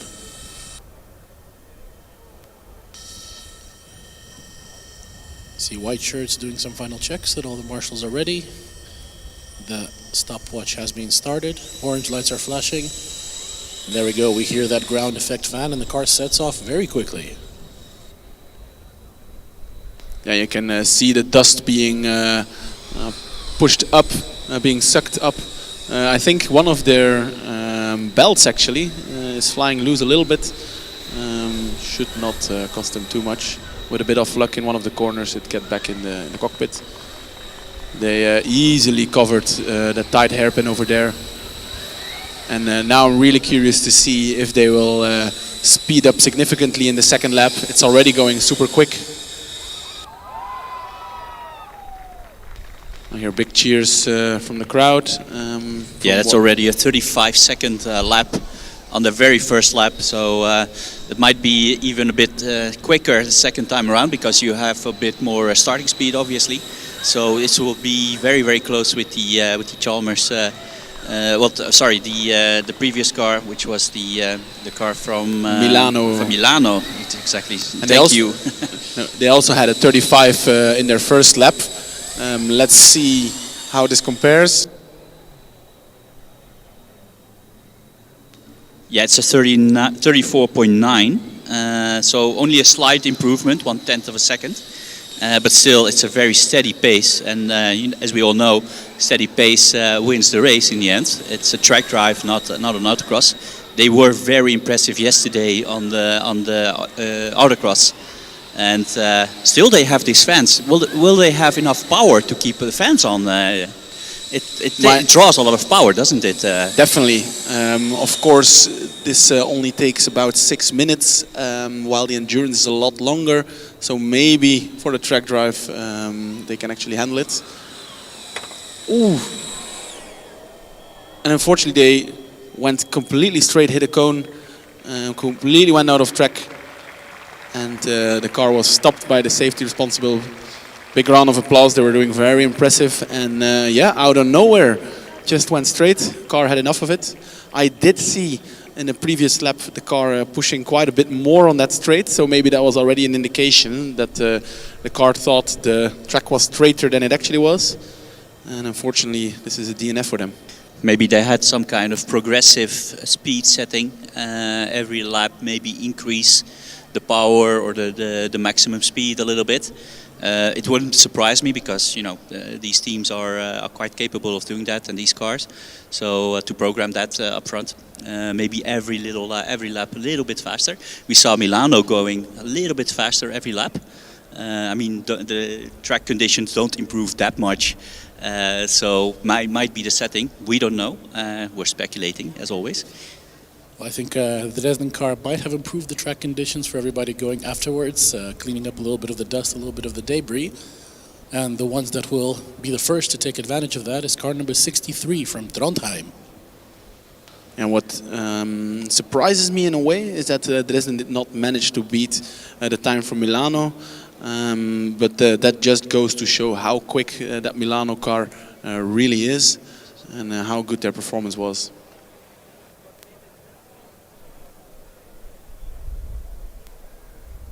And another Scandinavian team, we had Chalmers from Sweden lined up with their car called Freya. And now we have the Norwegian team from Trondheim, Revolve, with their car I think is called Hera.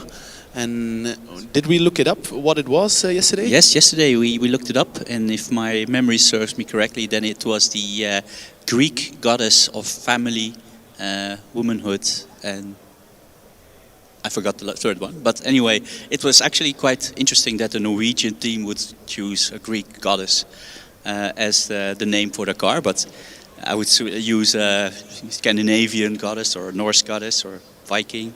But hey, there we go. It's really nice. This is also the time to remind everybody to fill in the commentators forms if you don't have it yet, and so we can have a bit more information about your car. And that means that we will tell a bit about your car, your team, your sponsors, do shout-outs tomorrow during the endurance, and maybe even this afternoon during the more relaxed times of the autocross.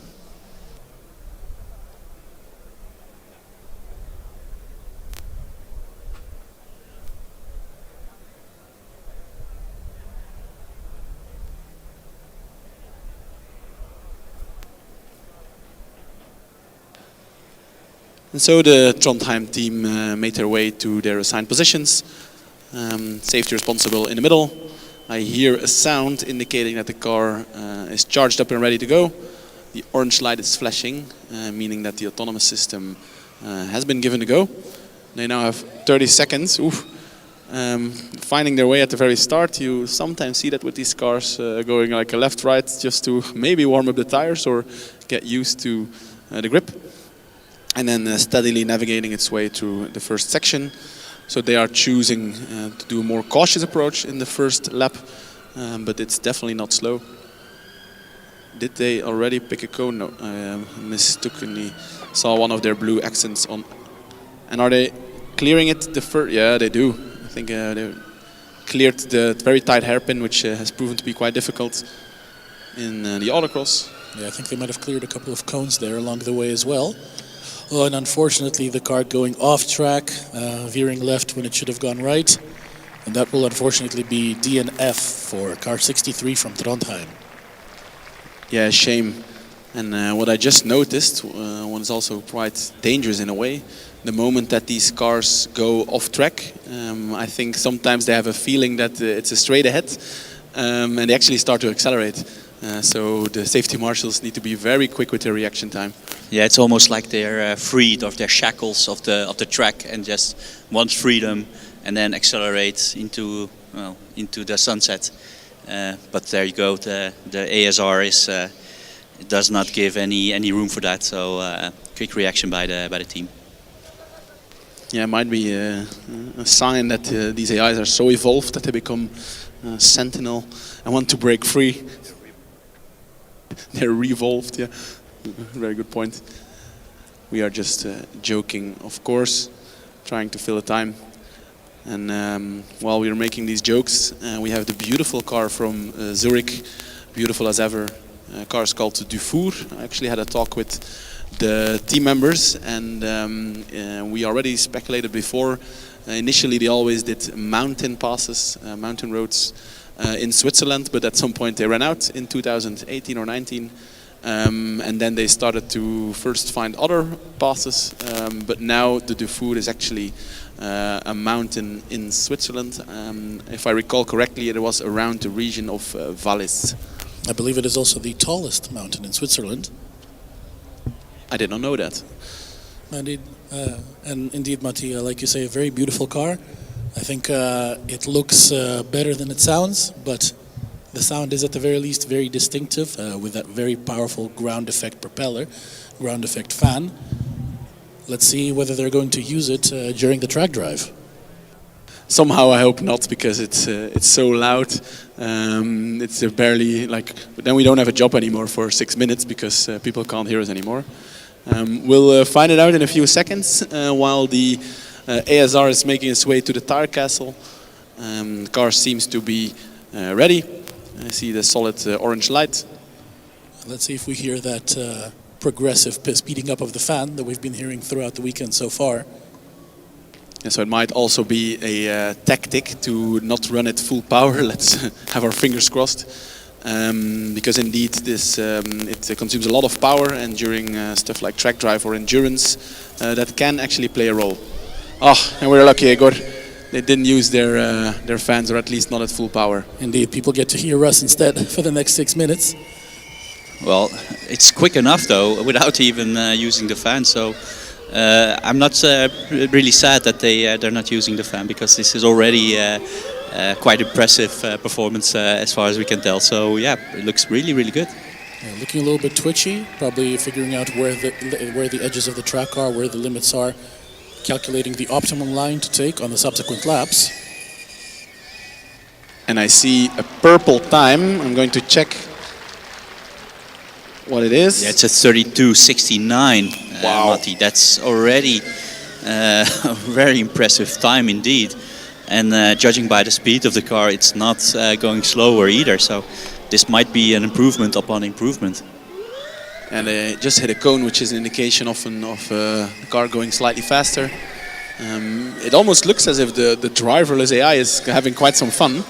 If you look closely in the middle section, it's actually the rear stepping out a little bit in the different switches.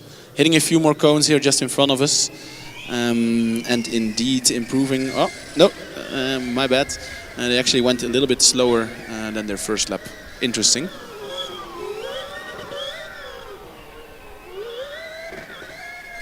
Yeah, not really surprising. Obviously, it hit a couple of cones and might slam the brakes a couple of times before deciding to continue. Navigating through the fallen cone quite nicely so far. We see a couple of cones down, but they're not really in the way. So let's hope it will not be a problem for this car. And it's driving really human-like. Again here, right in front of us where one of the cones is hit. The car brakes, rear steps out, has to correct, but just continues straight on. The driverless car really having some fun. This is more or less how we would drive this car, or any car, having a little bit of fun on a track like this. Probably, actually, this AI is doing a better job than we would probably. And it seems to have a little bit of an attitude as well, as it went quicker now. Maybe we made some comments about it being slower in the second lap, but they corrected for it. And this was 31.1, so that's also the best time of the day. I think the fastest time we saw yesterday was 30.3. Do you think we'll see any sub-30-second times? We might, but of course that's not the most important thing on the track drive. They did hit one of the blue cones here at the slightly broader hairpin. Let's hope that doesn't cause them any issues in the next lap. The car looking not quite as smooth as some of the other ones we've seen today, but that's not preventing it from being the fastest one so far. Very, very impressive. Yeah, the last time around it was 31.9. Absolutely no issues with navigating the final chicane where the cone is out of position. So well done again, and still being very, very fast on track. That's very impressive to see. Yeah, and it's a really interesting AI as driving. In contrast to other cars that go very consistent, you can definitely see the car is trying to do different lines, trying to improve, and you also see that reflecting in the time.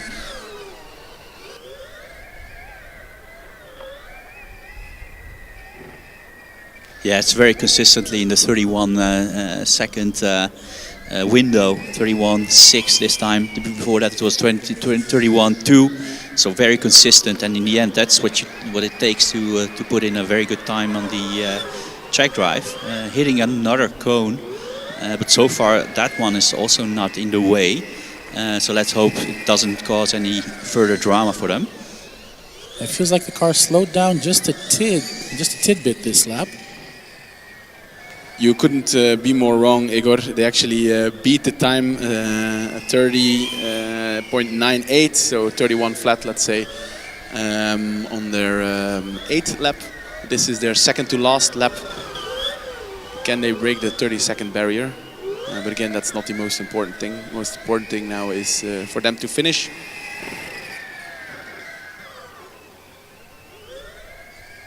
It does seem to struggle a little bit on the final chicane because of the missing cone. But again, a very good time. Again, an improvement to 30.94, even if it's only a couple of hundredths of seconds. So I don't think we will make it below the 30-second. But still, this is every lap below the 31 mark, or even in the 31-second window, is a very impressive feat indeed. And this is coming to the finish. I wonder if it will slow down before the finish or do what Milano did. And they come to a stop and we see solid blue light. Wow. Big round of applause, and deservedly so. A massive performance of the Zurich team. Very well done. Clearly all team members very happy with it. Yeah, this will be very, very difficult for any team to beat. I mean, yeah, they got a couple of cones, maybe in total 6, 7 cones, maybe a bit more. But yeah, in the end, it was so quick and steady. We had absolutely no doubt it will be a very, very good time to beat. So challenge is laid down. Who will accept it? I think the Chalmers car might have a shot, but also the next one in line, who were extremely impressive yesterday on the autocross.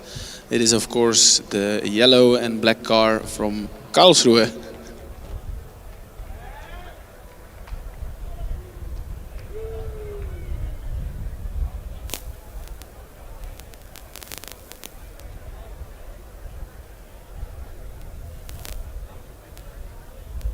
Yeah, I would say this was almost a classic performance from Zurich.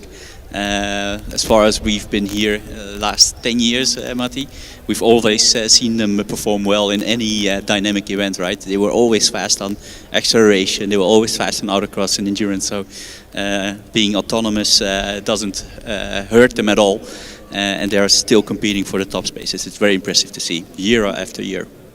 Definitely, and even if they had a setback, even if they didn't go their way, you could never count them out. They would always show up and deliver some great lap times.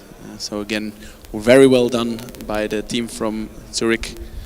And meanwhile, the car from Karlsruhe is being lined up, and they will be preparing their car for the track drive here at FSG. Yes, and also I don't think it's a coincidence that they drive with car number 33, Zurich, which is Max Verstappen's old car number. So yeah, there might be a little bit of a correlation there.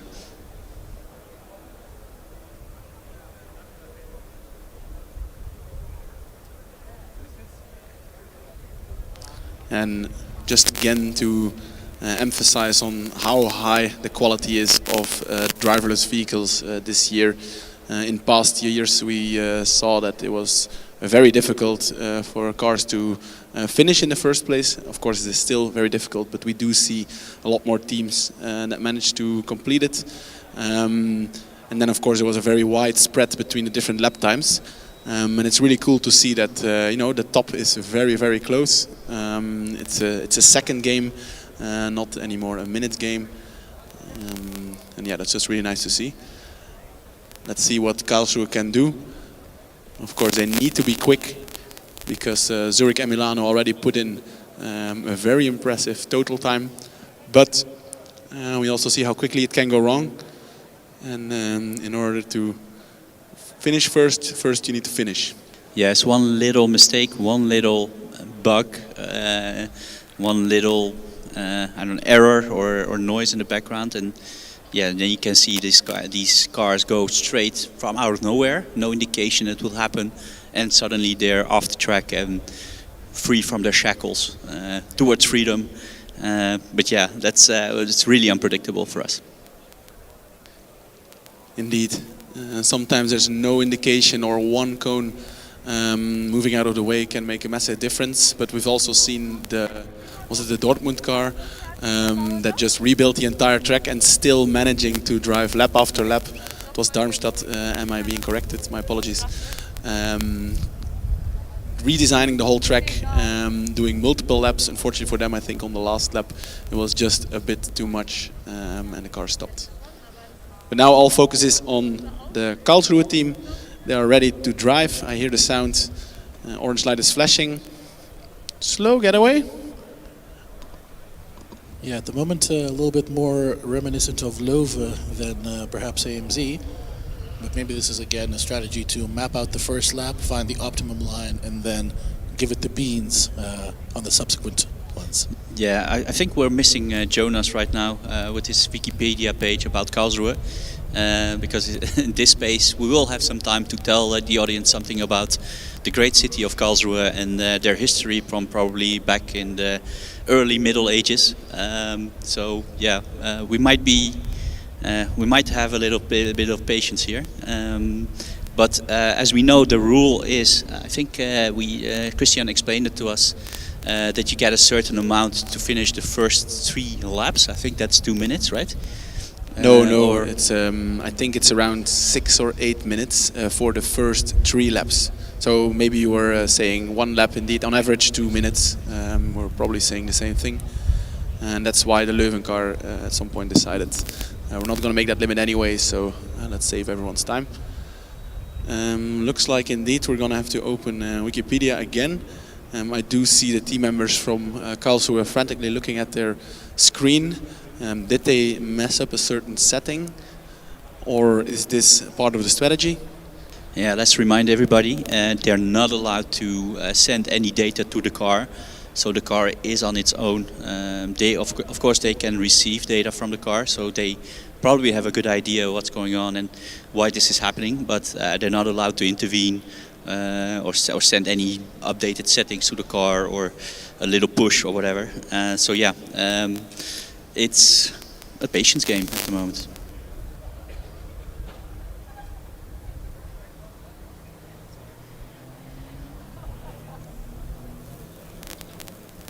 Well, as we watch the competitor around the track, I will take over the Wikipedia responsibilities from Jonas and tell you all a little bit about the city of Karlsruhe. It is the 3rd largest city of the German state of Baden-Württemberg, after the capital Stuttgart and Mannheim, and is the 22nd largest city in Germany with 308,436 inhabitants. It is also a former capital of Baden, a historic region named after the Hohenbaden Castle in the city of Baden-Baden. Located on the right bank of the Rhine near the French border, between the Mannheim-Ludwigshafen conurbation to the north and Strasbourg to the south. I'll quickly interrupt you. I had a very quick chat with one of the team members here from Karlsruhe, who are obviously slightly disappointed at the moment. There seems to be an issue which is almost unrelated with the driverless system.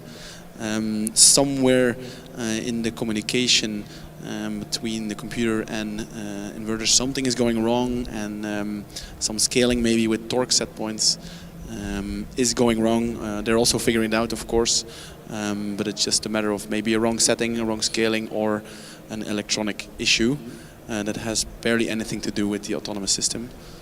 Shame for them, of course, because there's no other chance. You only have one run. Now, it sounds very similar to the issue we heard from the Leuven University, that they also had some sort of speed setting not quite where they wanted it to be, and the car was able to go faster, but yeah, was being electronically limited due to an issue.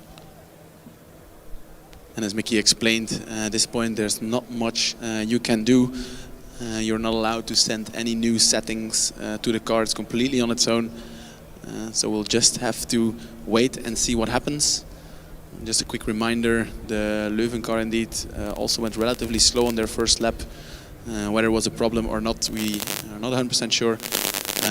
But there is a time limit, so depending on how quick or slow this first lap is, they'll probably decide to abort or not.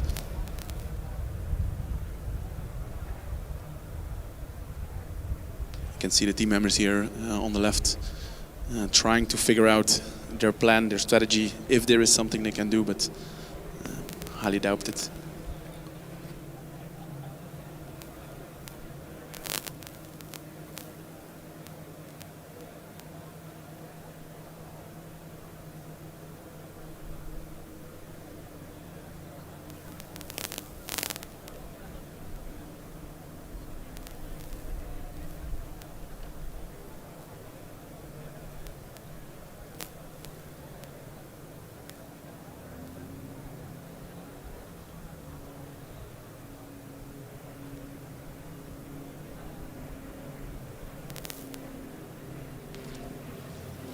The Karlsruhe car, having navigated the final hairpin, is making their way back to the start-finish line. Very clean run so far, if a little slow. Let's see what happens right after the finish line.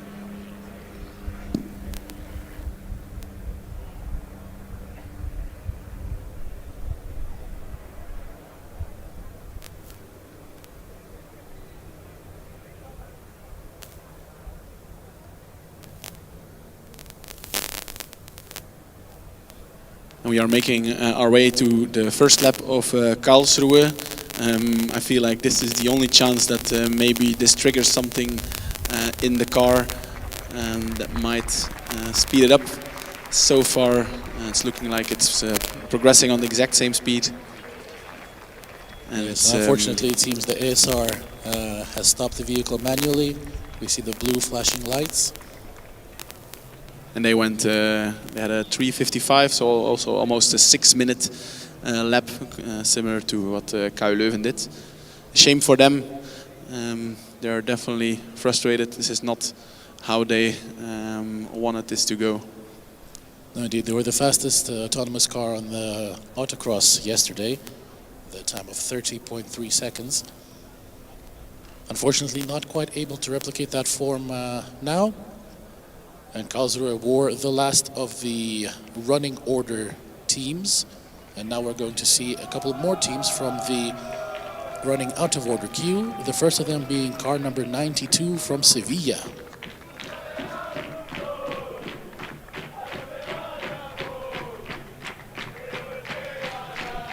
And it's 11 o'clock now. That means we have 30 minutes left in this session.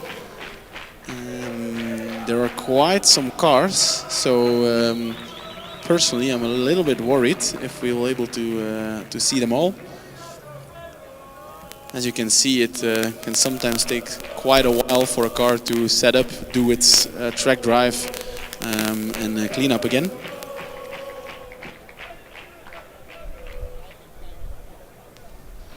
Yes, indeed, the Karlsruhe car still just ahead of the starting line. Sevilla, meanwhile, have lined up and I think are almost ready to go. I don't think we've seen Sevilla yesterday on the autocross, did we?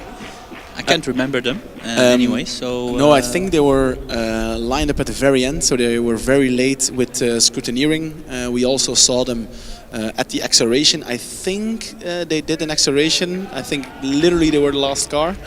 And then they probably rushed towards the driverless autocross, and I do have a feeling that either they missed it or they did not manage to do a lap. And I'm hearing some familiar chants from the grandstand. It appears that there's a bit of a Iberian alliance going on. The fans from Lisbon and from Sevilla cheering for each other, urging each other on. Let's see how the drive from Sevilla will compare to the team from Portugal.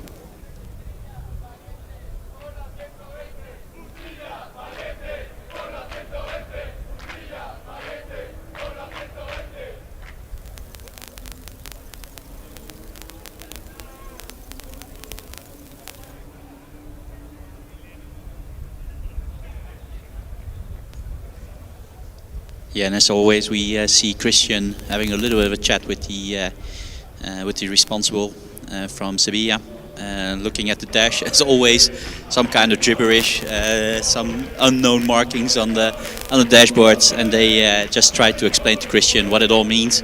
I think he actually believes them, and then probably as long as they get the go-ahead, we see them turn on all the switches, and then after that, the moment the lights are lit, orange solid line light, they will get 30 seconds to get going. But for now, it's just about startup. Yeah, official asks the team to go behind the barriers, so only Christian and the ASR are allowed to go to the tire castle.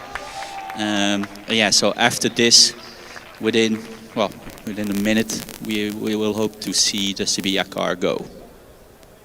Yeah, we have not seen very much of them, so I find it hard to judge how quick they will go. could be that they are taking a tentative approach like other teams. Could also be that they're just going pretty quick. Could go anywhere, I think. And I think given the pretty high attrition rate that we've seen so far, I think they'll be happy with finishing the event at any speed. But of course, the faster they go, the more exciting it will be for everybody. Definitely not a slow start. Took the first right corner well, but then on the left corner started to clip some cones. Doesn't seem to matter too much for the team. They are just very happy to be driving and participating here. And they're still singing along, great to see. I think some more people who might be a little bit happy that the Sevilla run did not last too long are the cars that are still in the out of order running queue. We have just over 14 minutes left to go. And 4 cars that I see in the queue. The first one that will be rolling up. Mickey, can you make out what number that is?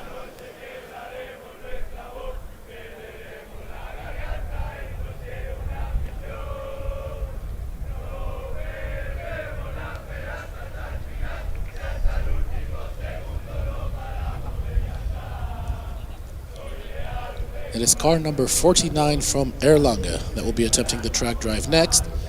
And behind them I see Chalmers at the back of the out of order running queue. In front of them Tallinn. And who is next up in the queue, Mickey? Could that be Dortmund?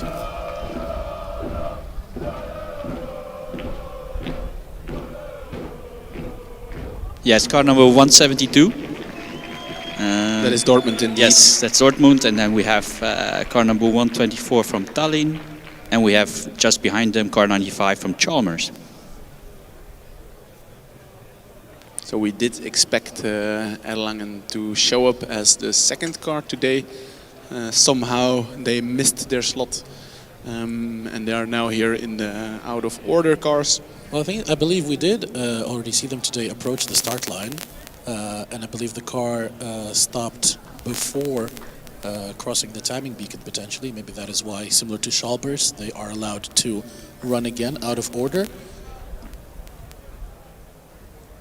Indeed, you are correct. We did already see them.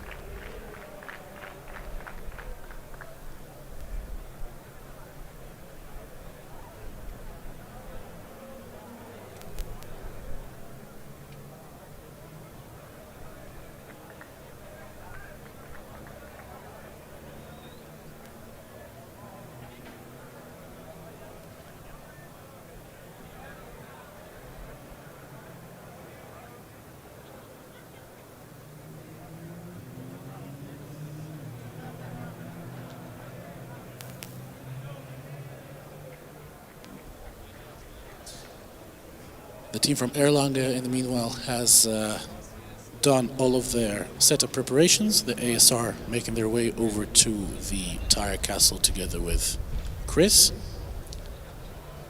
I believe the 30-second timer has started. We hear the ready to drive sound, and the car sets off. A very loud rattling noise as it crosses the start-finish line, but continuing on with no issues for now. Yeah, my guess would be that there's some play in the steering wheel, and then you have probably the steering actuator just vibrating around it. We can hear the sound here when it's quite close. Maybe once it makes its way to the other side of the track, the people at the smaller grandstand can also hear it. But smooth and steady. Good start. Speeding up a little bit on the straights. That would be good for the first 3-lap time limit. And once again, hearing that rattling noise, I think primarily when the car is turning. So I think you might be right, Matti, that it's something to do with the steering actuator. Might, of course, also just be the electric motors and the gears with a little bit of play. sounds a bit as if something's wrong, but I think it's just the gears that are rattling a little bit. Sounds a bit combustion-like. We also, when these combustions are in neutral or getting into gear, you hear a very similar sound. Theoretically, Matti, if you had a car with 4 independently driven wheel motors, could you complete a lap without any steering input at all and only vary the speed of the wheels? Yeah, definitely. I don't think that should be any problem. I think we've seen some marketing tricks with these cars doing donuts just by using their torque factoring. Meanwhile, the Erlangen car did manage to clear the tight hairpin there, but they did collect 1 cone. Yeah, I think there might be a cone stuck behind the front right wheel. And I think it has a potential, this cone, to drive with it till the end.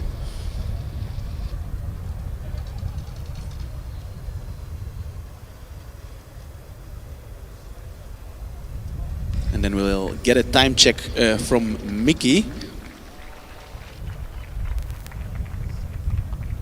1 minute 27. 127 seconds. Sorry, so that means 127 yes, seconds. That exactly. is 2 minutes 7 seconds. So I think if they keep this pace, that would still be just within the maximum time allotted for the first 3 laps of the track drive run. But that will also mean it will take about 15 minutes, no? For the entire track drive? Do I need to pull out the Wikipedia page on Erlangen? Yeah, and it's also for the teams that are currently in line, we only have 20 minutes left. So if Erlangen indeed manages to complete their track drive, will be 15 minutes later.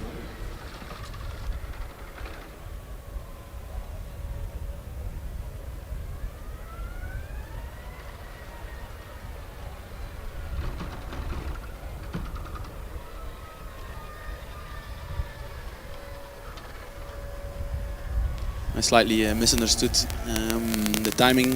It was actually a 2-minute lap time, so that means it will take 20 minutes.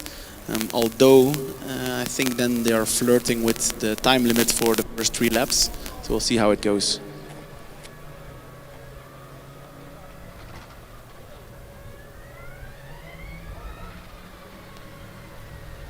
I feel like the car is starting to find its legs a little bit, maybe find its wheels a little bit.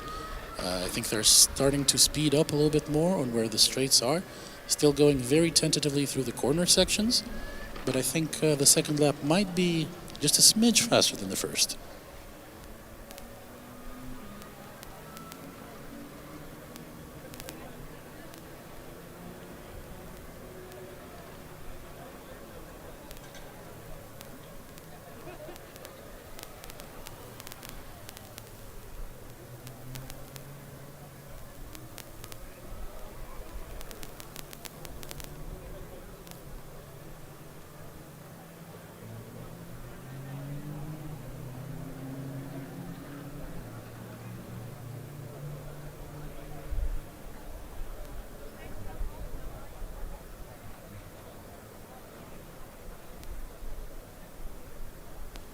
And the second lap was indeed 1 second faster than the first, 126 seconds.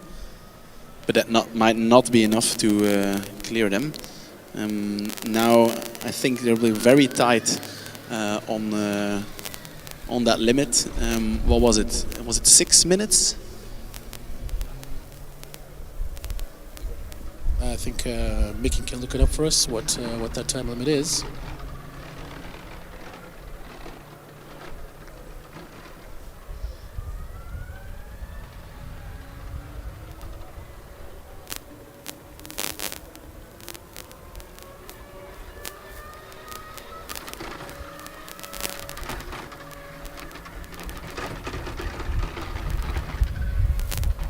Yeah, and the last lap was also 126, so it's 126 seconds. So that means 2 minutes, 6 seconds. A little bit faster than the first one, but still it's very close to the maximum allotted time, right? Because it was 6 minutes for the first 3 laps. I thought so too, but I'm not sure, and it's becoming quite crucial now because they are flirting with it.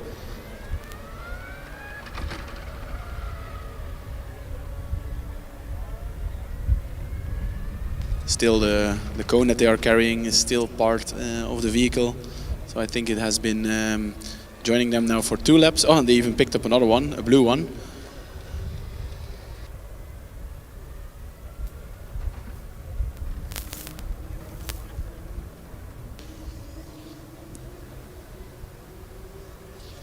I think the car going for a nice sense of symmetry and maybe a little bit of a helping aid to people watching along, that it's supposed to be the yellow cones on the right and the blue cones on the left. And Mickey, what can you see on the timing board? Yeah, it's also a 127-second lap, so that's very consistently a 2-minute lap. Very consistent, a couple of tenths in between the 3 laps. So yeah, it's at least very consistent, and so far carrying 1 cone, but otherwise not 2 cones even. But otherwise, yeah, I can see it. 1 blue and one yellow, but otherwise not no big drama so far. But let's see how they will continue. Clipping another one, just slightly nudging it out of the way. And I think it could be that the first 3 lap limit might be a little higher than 6 minutes then, because the car is still going after the first 3 laps. They've not been asked to stop. Indeed, this is a good sign. Officials letting it continue, giving everyone the chance to do a successful track drive. But that will mean that their total time... Oh, and maybe you're cheering to... Oh, no, it still manages. It just picked up a cone, but it manages to find the road again. I feel like it was accelerating a little bit.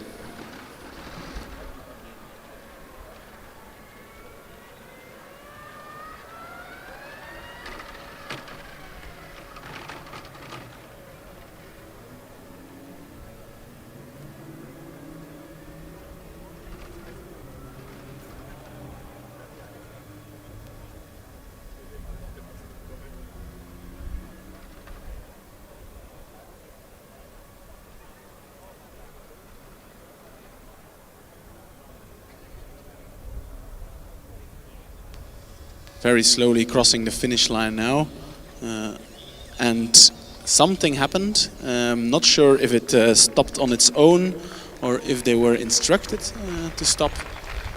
But indeed, big round of applause. Team member is pretty happy. They should be. They completed, I think, 4 laps, maybe 5, in a very consistent pace.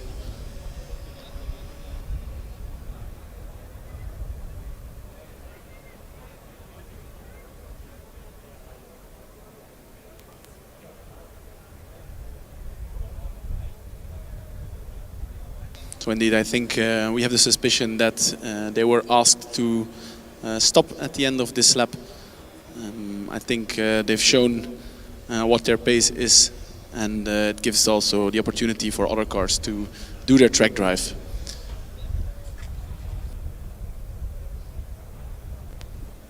And I think up next will be one of the cars that we have not seen yet today, car number 172 from Dortmund.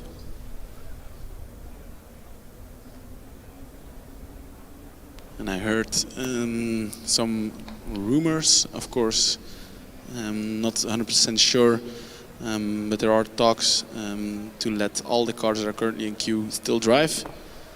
Again, I do not know for sure, but that would be quite nice to still see Dortmund, Tallinn and Chalmers drive.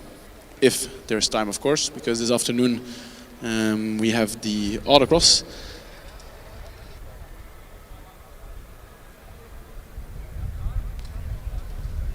Well, I think there are no doubts that we'll see Dortmund get their attempt. But yeah, hopefully the Baltic teams in Tallinn and Chalmers will get to run as well.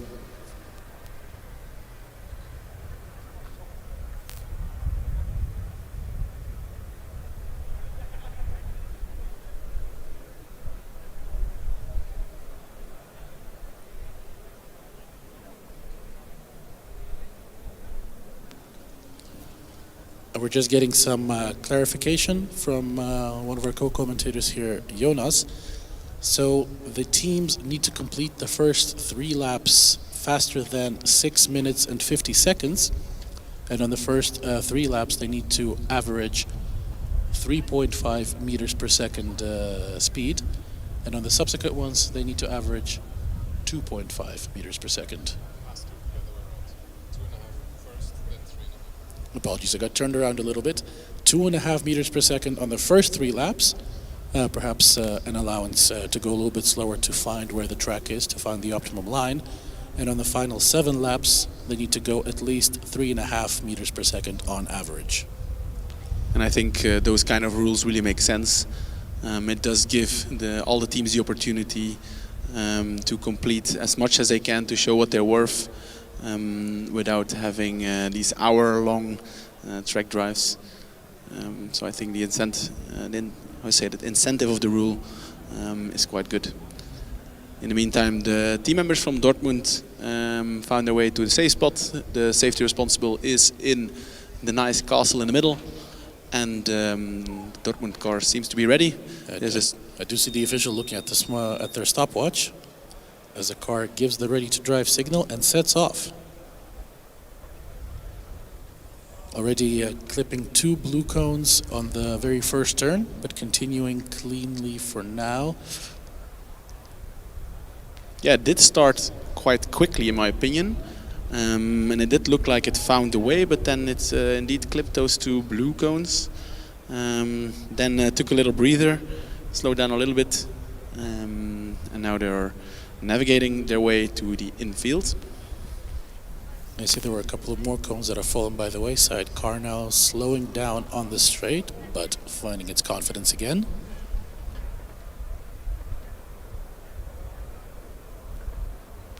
Well, having come very close to going off track, but finds its way back on. And it is rebuilding the track a little bit, going off track there as far as I can see. If they can keep this going, and hopefully they can complete at least 1 lap. But then I'm very curious how the second lap will be, because many of the cones here are not in place anymore. Making their way to the very tight hairpin. And they kind of clear it with some cones, but a big cheer from the audience. I think the car eating a couple more cones on the way. I think I count 1, 2, 3 trapped under the front wing. One of them just bounced out. Yeah, they're trying to collect them all, I think.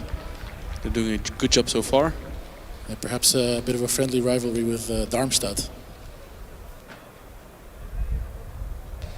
And taking the blue cone on the outside as well. They now have a lot of cones underneath the car. It goes off track. Does it find its way back? This is borderline. It's moving, it's thinking. It's thinking. It's going back. Can it find it actually find a way back? This is crazy. Oh, phenomenal. Bravo.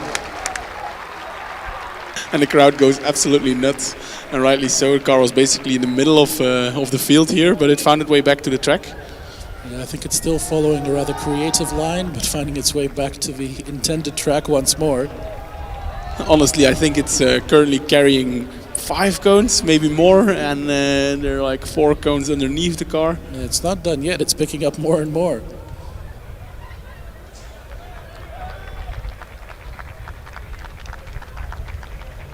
Making the straight a little bit wider for itself. And here we go again. Let's see if it back makes the left turn. Yeah, it does. It does, it does. But I mean, there's almost no track there anymore. How does it know where the track is? I wonder if you go off track once, but then stay off track the entire run, does that count as a single off track or multiple? I'm not sure. In the manual event, what counts is how many gates you miss. In the driverless, I don't know. It's now finding its way, kind of, to the very tight hairpin, showing off a little bit for the crowd, I feel like. And he gets rewarded for it. Yes, and this is why you should not have drunk mode enabled on these cars. But this is how it would look if the driver was under influence of alcohol or drugs. But There's so many. It's carrying so many cones right now. It's unbelievable. Many. Well, there's one advantage. The moment that the organization wants to clean up the track and get all the cones off, they can just hire this car, right? This is going to be tricky, but it's proving itself again. What's going to happen now? It's doing a loop. It's going back. It missed the corner, so maybe it just wants to redo it. Back on. And I think this is still going, yeah. Unfortunately, they got a little bit too close to the tire wall. A fantastic, very entertaining performance from car number 172 from Dortmund. Matti, can you count how many cones there are on and under and all around the car? I am having a look. Literally, the car is currently less than a meter away from the tire barrier. Can I count? There are so many. So from what I can see, it's 1, it's 2, it's 3, 4, 5 that I can visibly see on top. But I think the moment that I will lift up the car, we'll see plenty more underneath the car.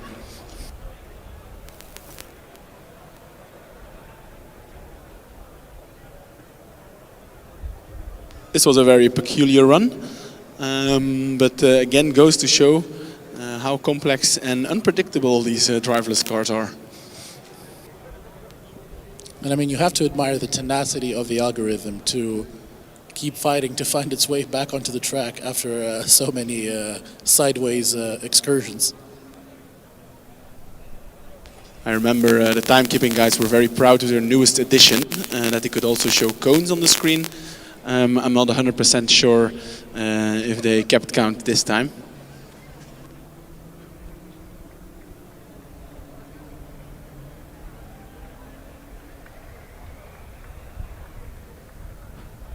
They're still removing some cones that are stuck between the suspension arms. And I think now they're going to lift up the car. What surprise do we get? Wow! That's how many? 1, 2, 3, 4, 5, 6, 7 underneath the car.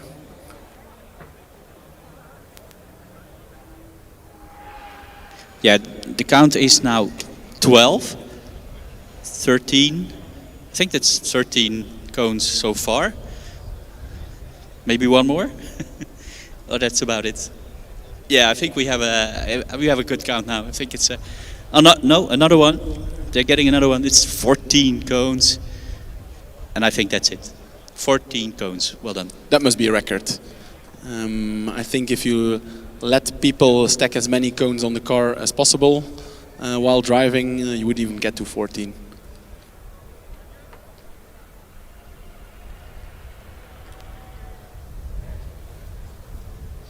While we've been following the cone drama, Tallinn has quietly made their way on over to the start line.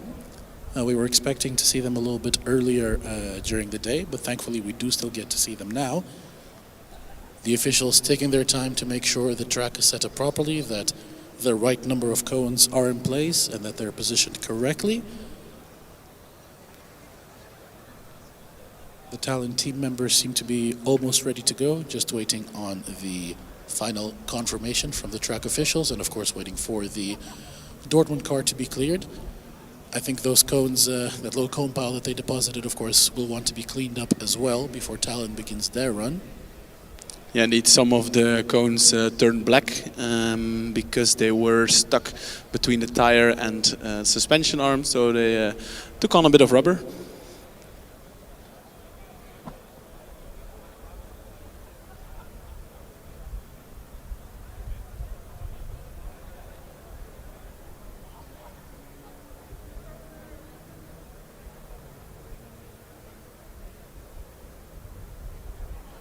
Yeah, and as far as we can tell, the organization will continue beyond 11:30. So in the schedule it says ending time of this event is 11:30. But we've already heard that they will allow all the cars in the queue to at least do an attempt. So that means after this car from Tallinn, there will be one more car trying to do the track drive. And before clearing the track drive cones, with or without the help of the previous car, and then setting up the autocross event, the manual autocross event for this afternoon. But let's see first how Tallinn does. I just looked it up. They did not set a time yesterday. I do not quite remember what happened, but quite curious to see how they will perform. Again, I do not quite know how quick they will go, but the first goal, of course, is to finish, which has proven to be very challenging already.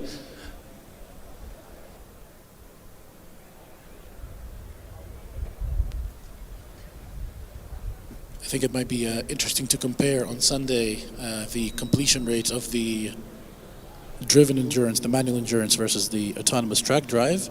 And as we say that, Tallinn does set off, staying a little bit wide in some of the corners, coming very close to clipping a few cones and catching one there, but continuing to find its way nicely. And it's a very typical thing for these driverless vehicles to take these very wide lines. Now it's also going for a collect them all, and in contrast to our previous car, the safety responsible immediately stops the car.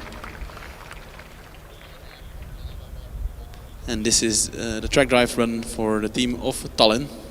Yes, unfortunately it ends in the DNF, and now we get to see Chalmers come back for another attempt at the track drive. Right on time, as the event would have officially stopped in only 30 seconds, but the officials have decided, given that there's only one car left in the queue, to give everybody an equal opportunity to test out their vehicle, test out their driverless systems, and see their car perform on the stage. And I do have high expectations for the Chalmers team. In a way, it's nice that they can wrap it up here, the track drive. Last year they did win the Driverless Cup. We've also seen them put in some very impressive lap times yesterday on the driverless autocross. Unfortunately, an hour ago they were here as well and could not get their car started properly and had to re-queue. This means that they will probably be running out of order. Nonetheless, this might be a very impressive run.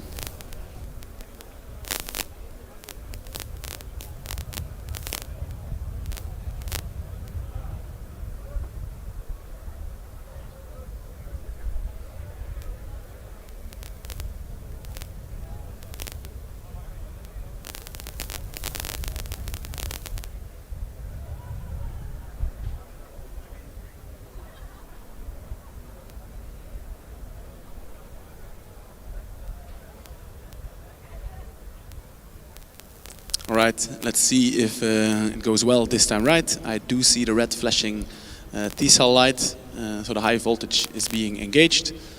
I also see the solid orange light. So far, so good. And we'll see, so now it's the car's waiting for the signal that it can go. The official is checking if everything's right. And I do hear a ready to drive sound. Let's go. Blistering pace off the line.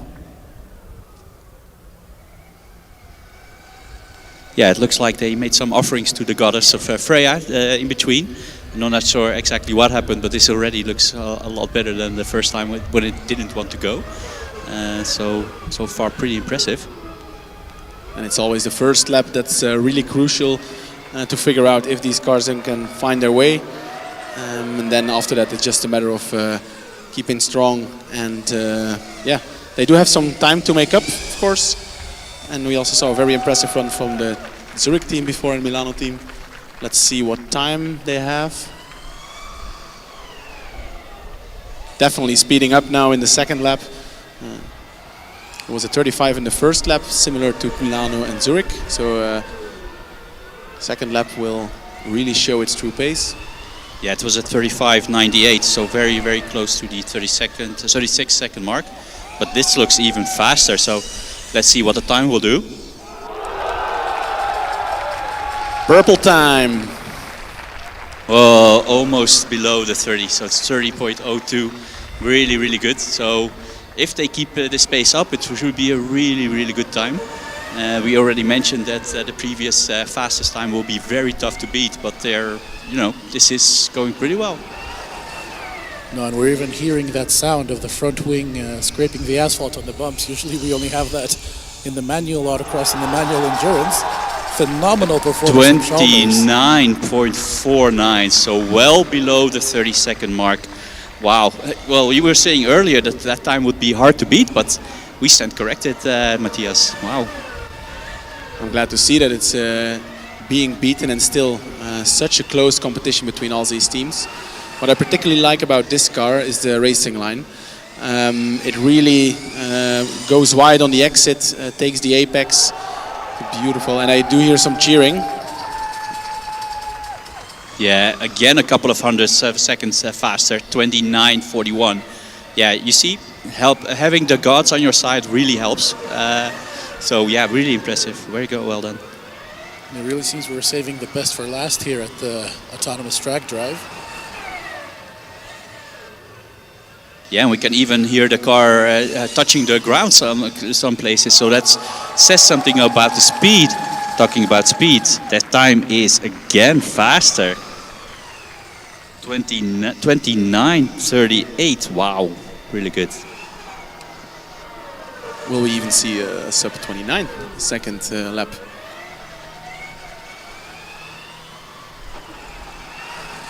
Here on this last hairpin, it takes such a nice line, exiting, almost hitting the blue cone, but not quite. Every lap it's passing it with a few centimeters to spare.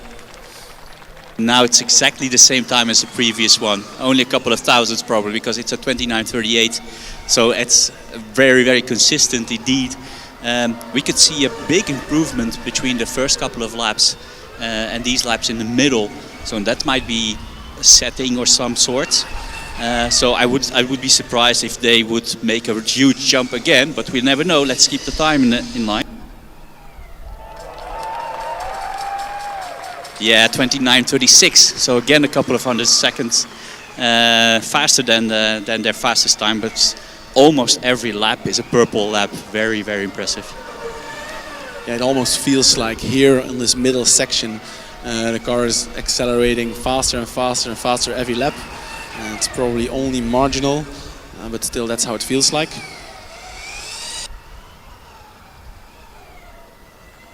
This time it's a 29.37. Just to give you an idea, their average lap time is 30.4.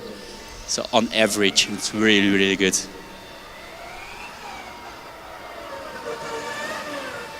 Of course, they do have a little bit of time to make up, probably because they are running out of order. So far, everything looks clean. I don't think they hit any cones yet.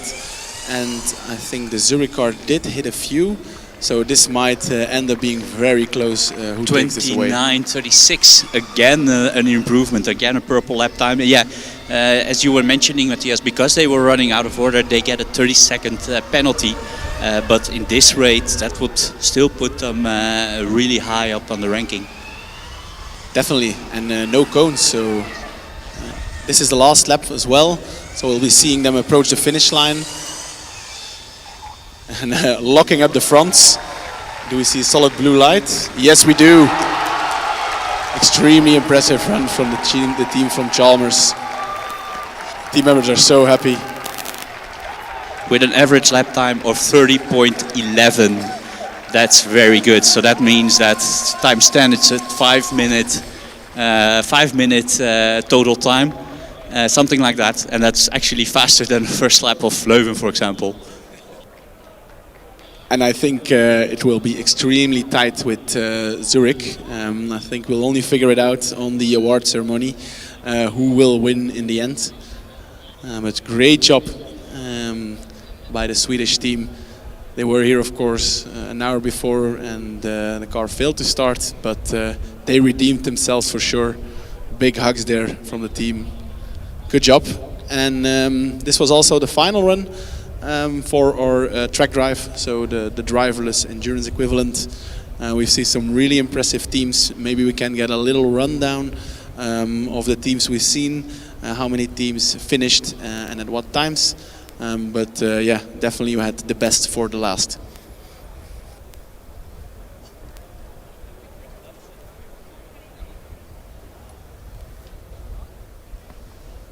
I am opening my timekeeping app to have a look how for the ranking. So, we have, of course, Chalmers that we just saw with a best lap time of 21.36. In second place, at least ranked on their best lap time.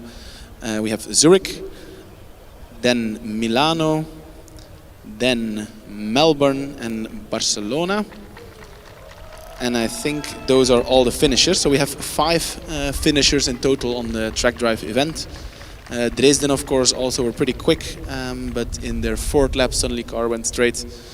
Prague also did 3 laps, and Darmstadt at the very end, collecting all the cones, and at the very end, in the last lap, failed to finish. That's it for the track drive event. We'll be moving towards the autocross, which I think will start around 1 or 1:30. In fact, right in between, 1:15. Enjoy your little lunch break, everybody, and we will see you very soon.